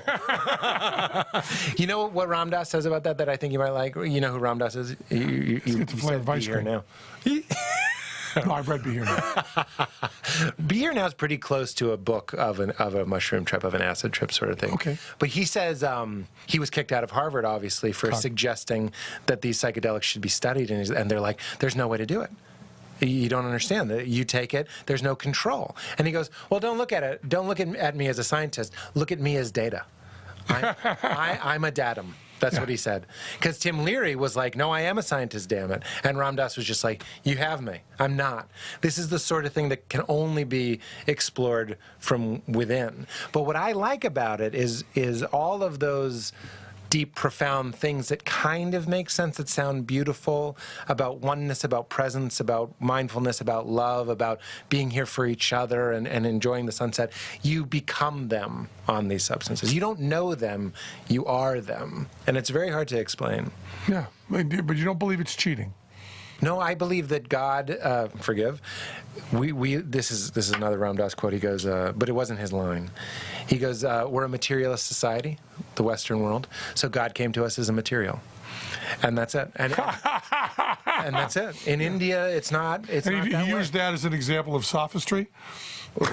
Yeah, basically. Yeah. Oh, we want an example of sophistry. Well, Yeah. it's kind of circular. You take it, though, it does cheat, but it shows you your potential. When we talk about 3 notebooks, there's almost like an internal 3 notebooks of your, like, there's so many more rooms to my inner world. Well, I have a great deal of interest in that. Yeah. It's not out of the question. I love you. I wouldn't change a thing. You know, I don't have to say that because we're not debating. I'm just like, obviously I frame it differently, but I see so much truth in what you say. And I also see you relieving so much suffering. Like the story of your mother towards the end of her life. You said like she gave up. What was the hooey on your Bible? Oh, she said phooey on your Bible. Phooey on your Bible. Yeah. Because it was anti-gay or something. Yeah, because they the elders in the church were being very, very cruel to the pastor they had, who was a lesbian. And they were being awful to her. And she was being recruited as one of the people that was been to the church forever. And to join their attacks on her. And she said, well, I think we should treat her nicely. And they said, well, you should read your Bible, what it says about homosexuality. And my mother said, phooey on your Bible, which is much stronger than fuck God hard in the ass. Right. I mean, from her point of view, to say that was just incredible. I love that. I just was, my mother became an atheist, 85 years old. Right, because I posited to you in the scene, I was like, what about when you die? And you said two things that I love. This was in my book, I'm writing a book about this already, and I want you to know you just said something straight from my brain. Isn't it kind of degrading to your God to boil it, to reduce it to afterlife insurance? I've always used the phrase afterlife insurance. It's like, what a fucking insult to infinity that you're using it. Just again, there's a gap in our lives. We die, we're afraid that we're bad. Here's a solution. Just like here's a can of Coke to make your day at the beach a little bit better. Yeah. Here's a God to make your afterlife a little bit sweeter. It's fucking bullshit. And also, I completely agree. Fear of death. My answer to the fear of death is always very simple. Yeah. 1909. Yes. Are you afraid of 1909? Yes. No. Does that terrify you? Yeah. No, you weren't here. Right. 2109. Going to be exactly the same. That's right. You won't be here. That's what Dana Carvey said. He said, where were you during the Renaissance? Right. And some spiritual people would say, I was there, and I don't remember, which is fine. Which is also what we talked about. I was like, what happens when we die is it lights out, and you employ this beautiful openness. Evidence shows over, because my matter is done and my brain is decomposed, and that's my vessel. But you're also, maybe you come back. We don't know, but probably not. Yeah. We don't know. Yeah, and once you said I don't know, you said everything. And not only have you said that scientifically and theologically, but you've also said that politically. The I don't know is the answer to all freedom in government. There wasn't a king who ever said, I don't know. Mm-hmm. It was his job to not say, I don't know. Yeah. We want you to know, like a wolf, like a king wolf. Where's the food? It's over here. Like some guessing wolf. Some wolf at some point has guessed. Yeah, and that's why that's so important. I don't know. But what's interesting, too, is this is another Ram Dass quote that I think is potentially right on, because I'm with you in the I don't know-ness. But he says, he believes that the soul, forgive me, survives death, but your personality doesn't. So it's almost like what does it matter? You know what I'm saying? Either this one idea is right. You just said something like, I was there during the Renaissance, but I don't remember. Right. In Kahneman's book, Thinking Fast and Slow, he talks about, if you want to make yourself crazy, some anesthetics don't stop the pain. They stop you from remembering the pain. That's good. You just tickled my nickel. That's a good one. That is a good one. And it's like when you're hearing, you're not actually hearing what's happening. You're remembering your experience. Well, yeah, we know what now is. Right. What now is what I think is like 0.17 of a second. That's how much in the past we live. So there's this nutty problem that it is really important, which is the speed of light and the speed of sound. I discovered the absolute formula for comedy timing. I discovered it at going to a shuttle space launch in Florida. Saw one of the shuttles go up. And everybody talks about what comedy timing is. And comedy timing is the difference between the speed of light and the speed of sound over 1.5 miles at sea level and standard temperature. What do you mean? I'll tell you. You look over at the space shuttle. It's 1.5 miles away. You're in the VIP section, because I assume you would be. VIP section. I have a big television show. 1.5 miles away. And you see the rocket. And you hear the voice of mission control, 10, 9, 8, 7, 6. And they hit 1. And at 1, you see the brightest light you've ever seen, like a welding arc, but it's 1.5 miles away. And then you see billows of smoke. And you hear birds chirping. And you go, huh, I would have thought that was going to be... And everyone does it. Yes. Everybody. And you can even turn to the person and go, boy, you'd think you'd be hearing boom! And then it's like a baseball bat in your chest. Wow. It's really funny. Now, here's the problem. That's comedy. The human brain is getting. We look down there, and we can see a person down there. Let's say Mick Jagger's down there playing a tambourine at the other end of the store. He does this, right? Now, 186,000 miles per second, that's the speed the light's coming up to us, right? And somewhere around 600 miles an hour is the speed the sound is coming up. So we are going to perceive the world. Faster than we hear it. And yet, when you look down It's like having there- bad seats at the Hollywood Bowl. Exactly. When you look down there, you see them at the same time. And the reason you see them at the same time is that your brain does a buffer and puts all those things together. Because the other end of the store, it's the exact same for this distance. So my brain has to take in all the sound, all the lights, all everything, and make a picture that I can understand. And that picture is a complete and utter fiction that does not exist. And it's of the past. So no one will ever be now. Now, when you meditate, No one will ever be now. there's a possibility that if you're not listening and not seeing, that you're experiencing some sort of now. Right. Well, this is Ramdas's whole idea, Yeah, I is know. instead of an object thinking about stillness, you become stillness. Right. Because if you're always looking at the world as an object, if you're looking at God or consciousness or whatever as an object, you're always one thought away. So the idea is to stop thinking and become it. That's Plato, Platonic idea. That's why Plato hated art.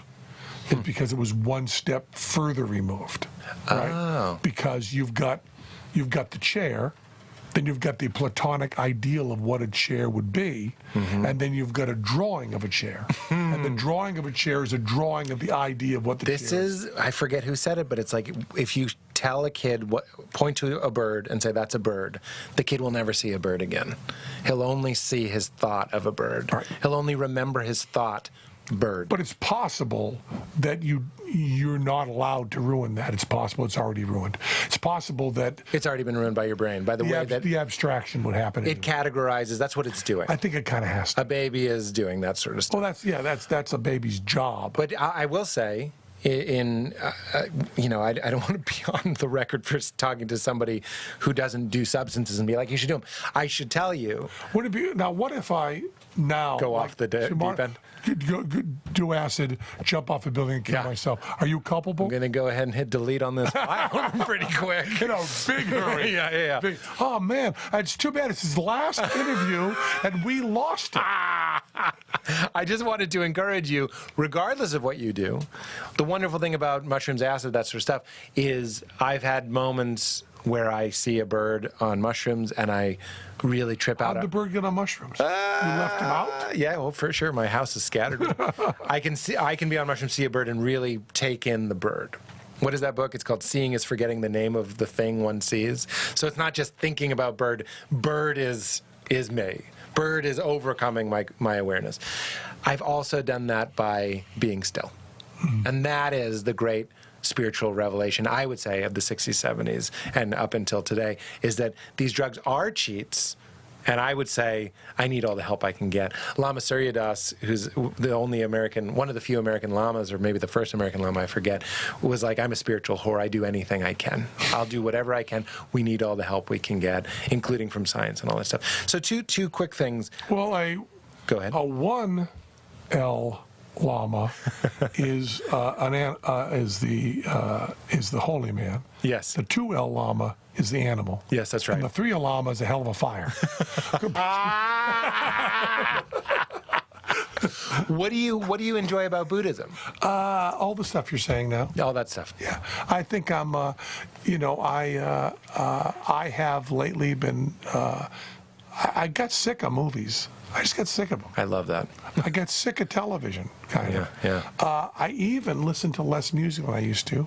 I like to read a lot, and I've gone to more poetry, and I've gone to more. I think Sam Harris is kind of to blame a little bit. How's that? His book on the spiritualism of atheism was all the stuff you're covering. I mean, Sam Harris kind of has this pretty much nailed. Huh. And Dawkins is kind of the perfect epitome of the atheist many people don't like. Yeah, that's true. You know, he's the hard. God is not great. Yeah. No, that's Hitchens. Excuse me. Did you read God is Not Great? I tried to. Oh, you didn't like it?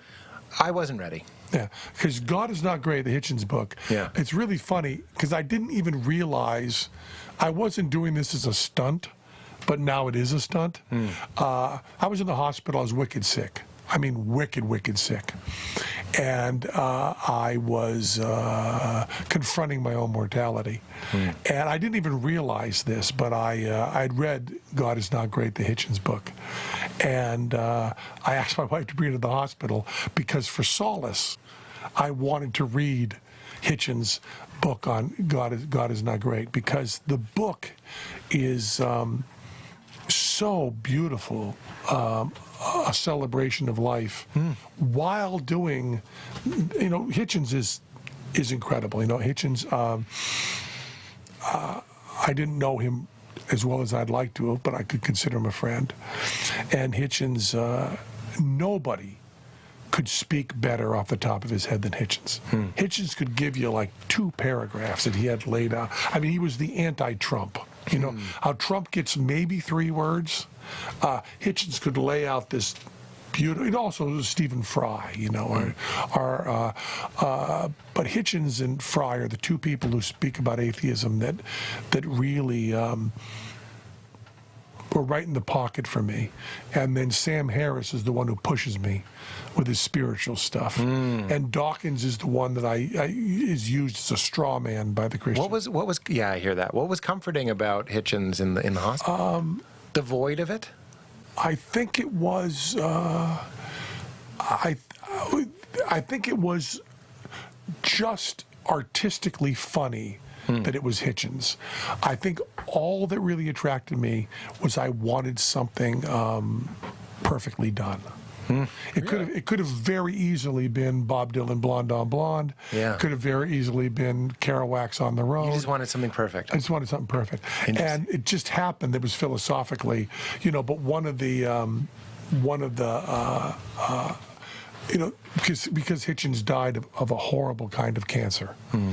There was kind of this horrible challenge by some people, and I'm so tempted to say by some Christians, but I don't want to do that. People. As a matter of fact, I'm getting very close to trying to get out of tribalism entirely. I'm sick of referring to myself as a man. I'm sick of referring to myself as American. I'm sick of being white. I'm sick of all that stuff. Such a mushrooms thought. And now we're doing Christian and atheist. There's just no, buddy, I don't even like saying, Penn, my atheist, let's talk. Like, I don't like it. Yeah. I want to be here with you, and I feel the same pull. Yeah. And, but Hitchens... terrible cancer. Had his terrible cancer, and he was dying. And there were all of these vultures that gathered around saying, he's going to call out to God when the fear gets to him. And Hitchens did this great video that was a step beyond what I would ever have thought of. Hitchens said, people are waiting. He's already been in the chemo and stuff. People are waiting for me to call out for God on my deathbed. And I might, because I'm going to be put on the heaviest drugs that are in the world.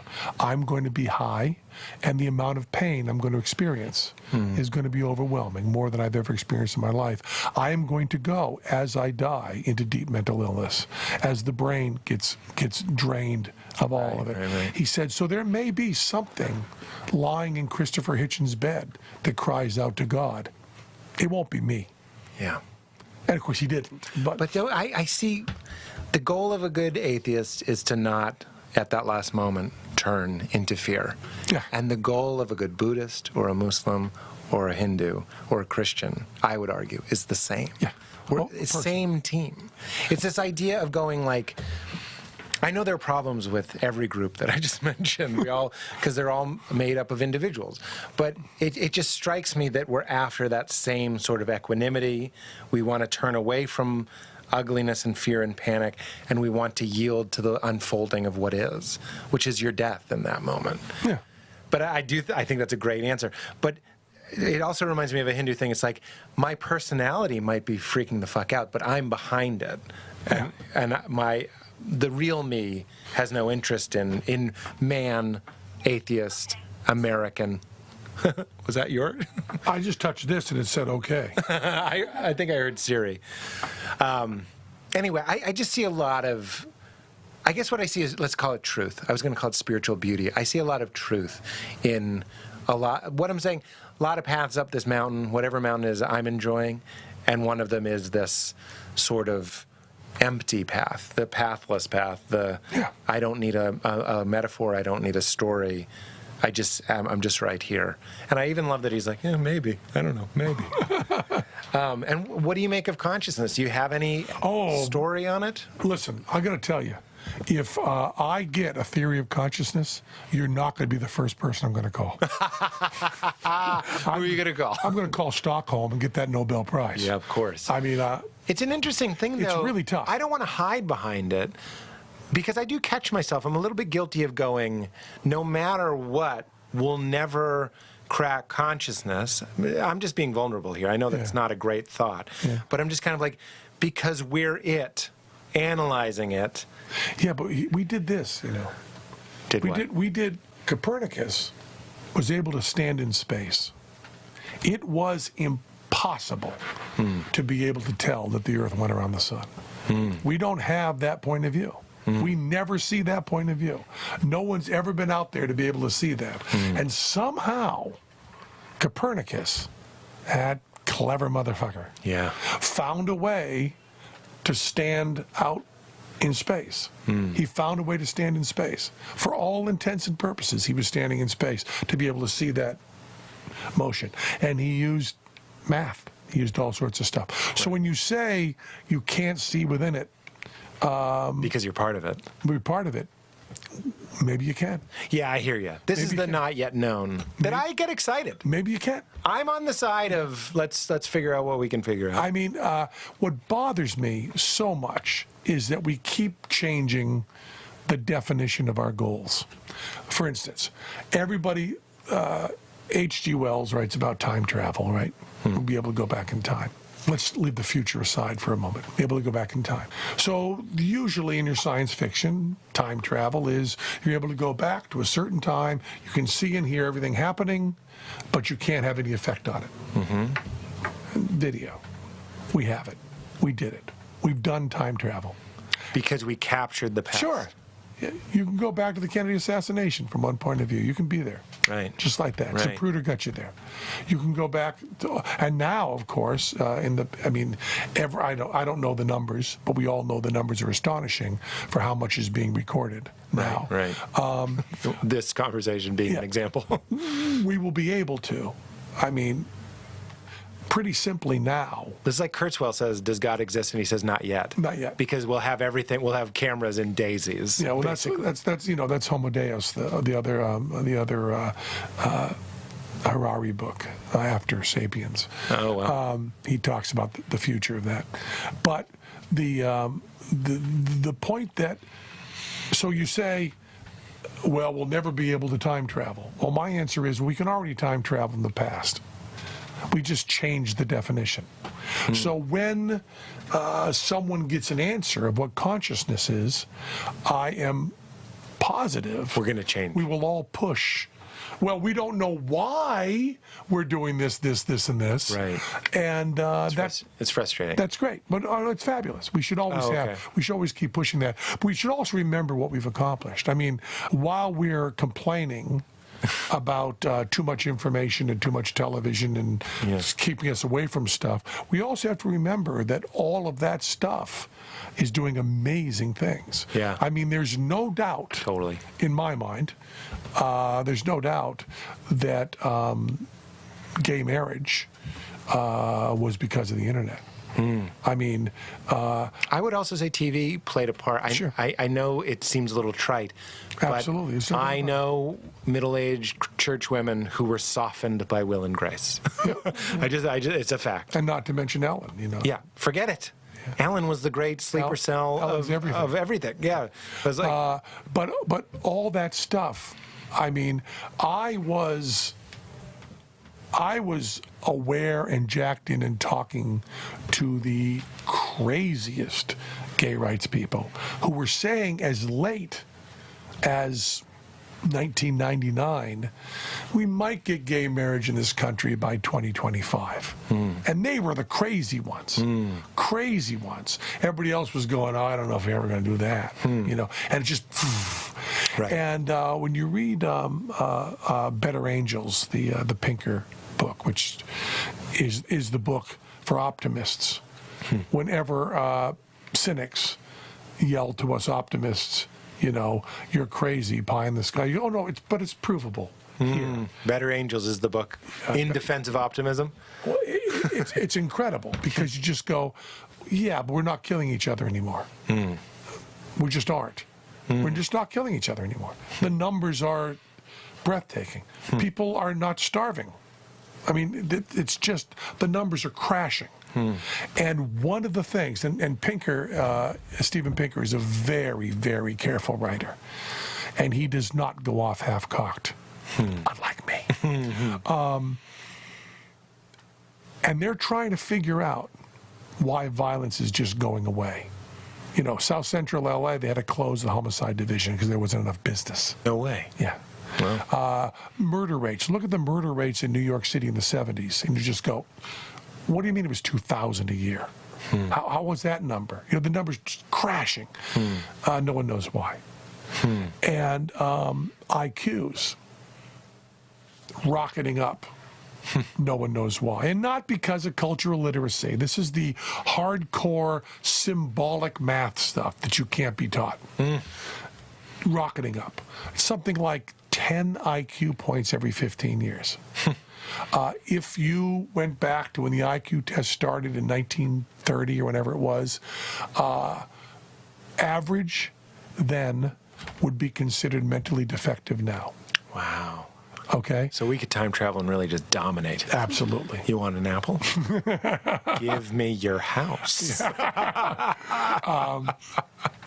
And one of the things that a lot of people are thinking is that it may really be art that did all of this. Because after World War I, a lot of these crazy writers were saying we're going to end the war by writing, you know, All Quiet on the Western Front and sympathy and empathy. And it was considered to be these stupid jack-offs. They may have been just right.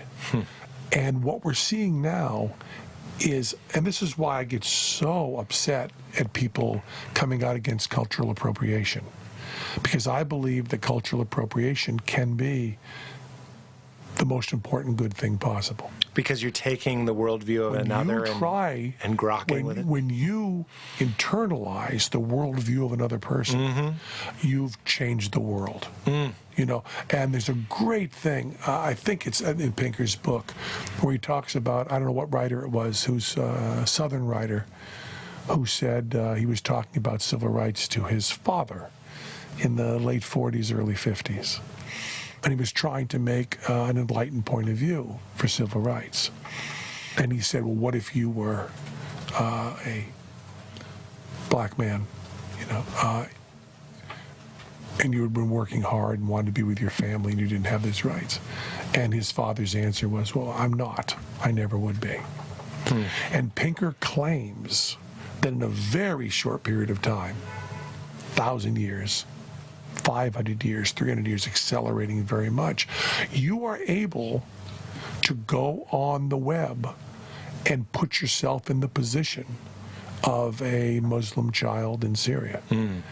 And imagine virtual reality being imposed onto you. Yeah, there are many people who believe that art has moved us. I mean, the speed.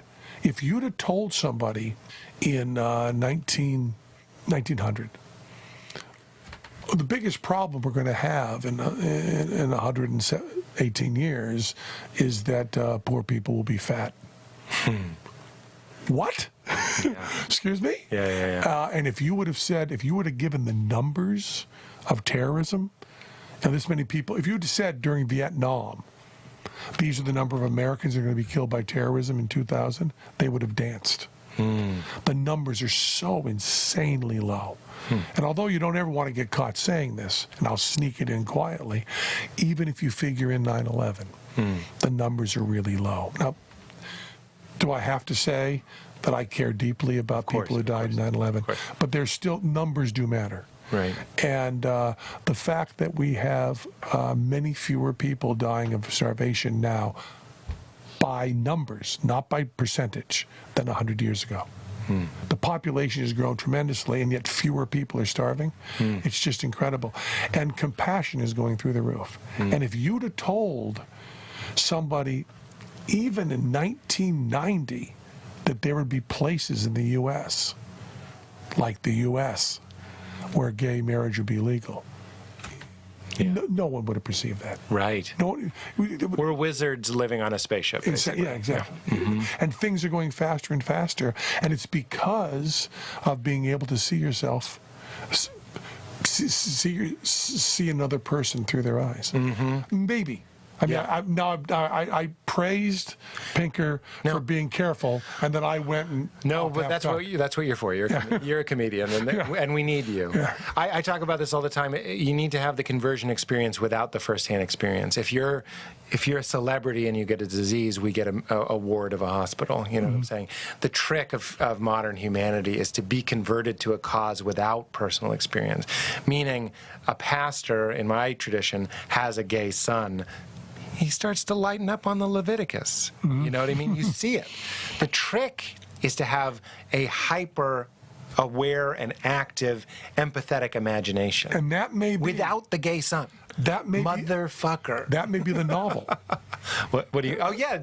Slipping into a novel. Yeah. That's right. I mean, Huck Finn. Yes. You know, when you're reading Huck Finn, there may be something that really changed the world. Yeah. Which makes me laugh so much, you know, when these butch guys like Hemingway were saying, you know, we're going to teach people to... And you just kind of, fuck you, you're not going to do anything. Maybe they did. Yeah, what fun. How nutty is that? Maybe they did. Yeah. You know, maybe all these things really did. Well, I think about like Kerouac and all these guys changing the world with like a couple That's zines. his typewriter. Is it really? Yeah. No way. Well, it's actually a sweatshirt. It's a sweatshirt with a typewriter on it. I love that. But these guys had much, like Duncan Trussell and I, who's another podcaster, comedian, we were just like, the reach that just two knuckleheads like us have is so exponentially large compared to how these guys changed the world with a few happenings. Yeah. You know, a few hundred happenings. But it's good to get that optimistic note. And we've talked for a very long time. I want to make sure. I don't even know how long we talk. How long we talk? 2 hours. Oh my goodness. Yeah. I do want to. I'd be remiss. I love that you hate Pascal's Wager because I don't think there's anything I hate more than Pascal. Yes. And you said to me, you go Pascal's Wager, which is the idea of believe in God because what do you have to lose? You die and you're right. You go to heaven. You die and you're wrong. You're just gone. And you go, well, that's not right because there's more than one choice. Yeah. And that's just like such an elegant and swift That's all there is. way to go. Like, how do you know you're pledging the right one? I just can't stand it. As a faith person, as a whatever, these are the books I read. I'm a, whatever. Those are the vocabularies I've adopted. You are aware, aren't you, Pete, that everybody except you knows that you're not going to be faith-based for very long? I know you think that. No, I'm just saying this is fact. We're talking about some stuff that's opinion, other stuff is fact. This is fact. You said that in an email to me. You said, you realize you're an atheist. You just don't know it yet. It'll be fun to see if you're right. Well, yeah, I think that, I get so much out of identifying. I don't even know if it's useful at this Can I tell you one thing that I think is useful? Is extricating, it's a word that Ramdas uses, extricating myself from the melodrama of my life. Meaning identifying more with the witness, we won't say soul, with the witness. When I think, boy, I was hungrier than I thought I was. Who am I talking to? That's my brain talking to my awareness. I'm going to get an apple. My awareness witnesses the thought, I'm going to get an apple. We didn't even talk about? What's that? Which is exactly on this subject. Bob Dylan's... Christian Face? Have you heard the record? Well, you and I spoke briefly on set about his Christian Face, but tell me what you were going to say. Well, he's doing the bootleg series where he goes through. Yes. Okay. So I get the producers of that get in touch with me and they say, Penn, we're doing the next Bob Dylan bootleg series. We're going to release best stuff from that's right. 79 to 81. And they wanted you to write the intro. Which I did. I wrote the liner notes. To the God one, to the Christian period. Yes. I'm the one who wrote the liner notes for the Christian Get one. Penn Jillette for the Christ-leaning years. And the Christian Bale years. what that did was something that I talk a little bit about in the liner notes, but I didn't have all the repercussions at that time. So Trump becomes president. What? And yeah, can you imagine trying to think that? Reality TV guy? Yeah, can imagine? Yeah. And I see this horrible thing happen where I think the biggest damage Trump is going to do is how much hate he's bringing out of the liberals. I think that's the biggest damage he's going to do, because that hate, as we eat ourselves. Yeah, that hate can't be undone. And seeing that hate in people you love does something to you. I agree. And I've had it's drunk dad yelling, taking his belt off. It's a scary thing you don't forget. Yeah, horrible. And so two things are happening: Facebook and Twitter and everything. Which didn't happen to me, by the way. My dad did not beat me. I just are exploding in all this hate, and then I'm listening to nothing but Bob Dylan's Christian period because it's my homework.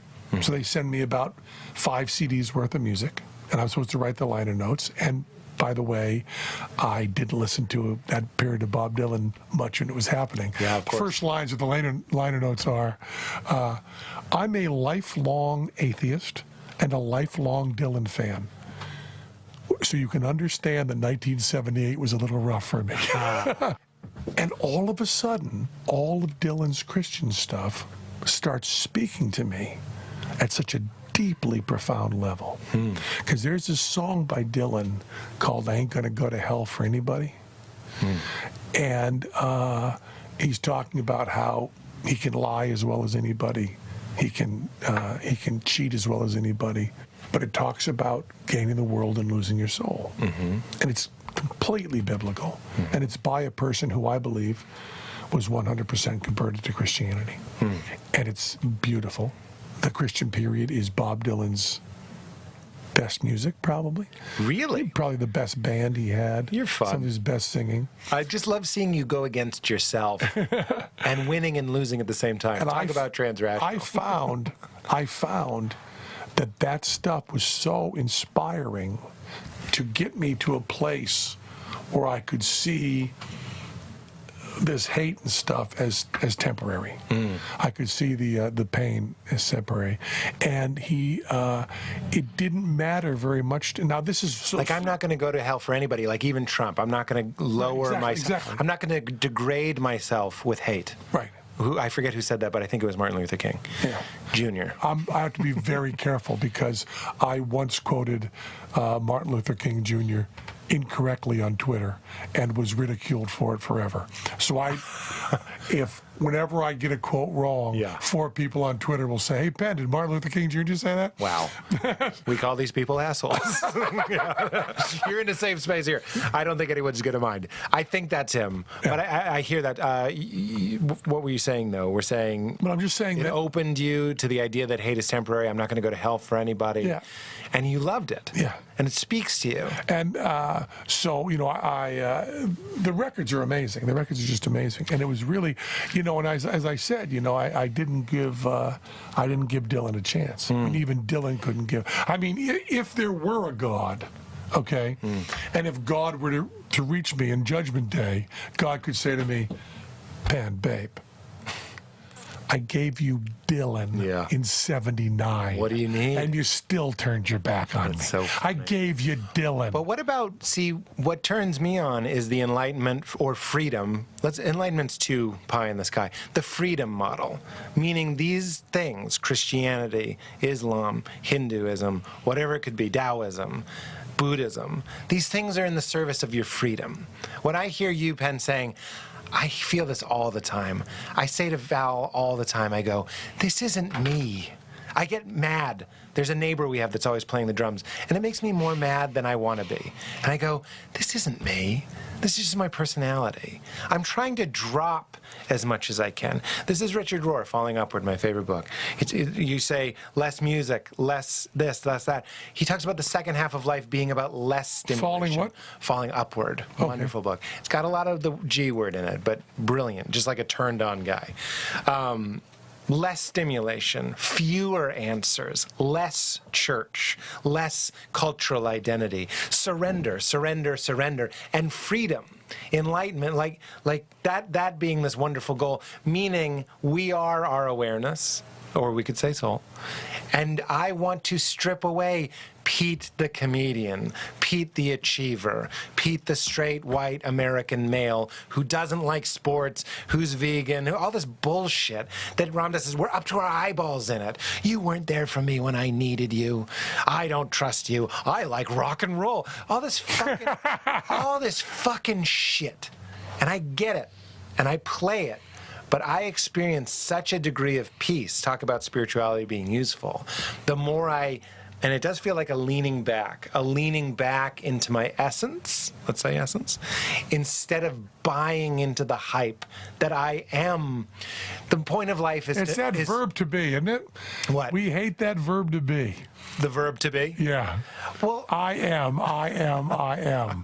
You know, everything. I'm a sports fan. That's it. But people always said the most important question you can ask in your life is, who am I? And my whole life I thought that meant when you're dying, you're on your deathbed and you go, everyone knew how I took my coffee. And that was good. Like everyone knew you. That's Dale. Dale being Dale. Now I see it as this intoxicating, invigorating, real-time paying out ecstasy, joy, bliss, curiosity, wonder. It gives you jazz. It fills you up, wondering, who am I really? This is the spiritual pursuit. Who is it really behind the wheel? And when I say it's awareness, then you can get into trippier things like we're all sharing one awareness, all that sort of stuff's fun to consider. But the real-time, right here, peace model is me going, this is just my software. My hardware is far more like a sunset. My mother isn't my mother. Remember you and I talked about, you read the Bible and that's what turned you off, and I love that.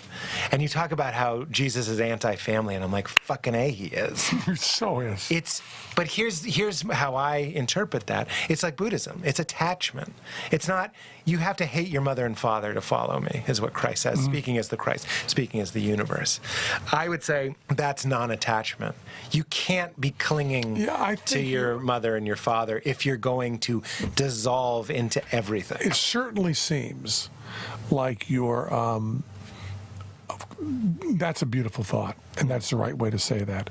But it does seem a little bit apologist, because I'm chasing something. I think in the context, he's really trying to get followers for a movement. I don't think he's doing the exact opposite of what you're claiming. That's interesting, because that's not how I read it. But you're right. I do have a confirmation bias. I would like it to be this. Yeah. But when I read it, I don't see a guy trying to start a religion, and I don't see even a guy trying to get people to follow him. I keep seeing him daring people to follow him. But we have to remember, and they don't. There's no reporting. And that's a really important thing to remember. There's no journalism, you mean? Yeah. Absolutely not. It's Semitic storytelling. It's circular logic. It's leaky bucket stuff. It was written down 150 years later. So what does that tell us? It's not the point. The literal truth isn't the point. The idea is that the rich man wants to follow Christ, and he says, give away everything you have. Give it to the poor, and then you can be with me. And he can't do it. So Christ is continually pushing people away. I want to follow you. He goes, just follow the law. He tells Jews to be Jews. He tells women to be women. He tells men to be men. And the people that do follow him, these are bad husbands. These are bad family people. They're fishermen who were fishing one day. He goes, if you're into my shit, leave your nets and follow me. And they do. That's some crazy stuff right there. So, well, that's Manson. It is. I hear that. And it's John the Baptist. Jesus followed a nut of his own. Yeah. So the spiritual pursuit, the real ownership of this being an illusion, of reality being illusory, is an all-or-nothing kind of nutty pursuit. I see it more in the homeless guy walking the streets than I do in the churches. Yeah. But I don't know what to make of that. But I do experience some peace going, I'm not Pete. Pete dies. But this thing that we're all participating in, this conspiracy of molecules that's in the shape of you now and the shape of me now, that will later be a can of new Coke in 2093, that's an indestructible energy that I really can trip letting it pass through me. I would find it interesting from an Oxford English Dictionary point of view that I believe 2018 was the last time a person used the word jazz in that way. That's jazz, man. That's jazz. Jazz, baby. 2018, I was going to Oxford English Dictionary listening, going, yes, Pete Holmes on a podcast in 2018. You know what it was? I couldn't think of a word, so I said jazz. I just want to say, Penn, let's get you out of here. But I want to say, you as a person are a beautiful, open, sunny field, and it's engaging, and it's enriching. But the best thing I can say, it's open and it's free, and I love you. Oh, me too. Thank you for coming. Me too, you. I hope you love you too. Me too. I hope you love you Thank too. you, man. Would you say keep it crispy? It's how we end. Keep it crispy. Do you feel satisfied? I do. Okay, I don't want to wrap up on my little tangent. No, you had a nice little wrap up there. I didn't. That wasn't my intent. Peace. Peace. I'll end with that. Good-o again. That was Pete's ending. We wanted to add our own fancy ending. That was Penn's Sunday School. That was Penn Sunday School, and to our listening ears, all nature sang and round us rang the music of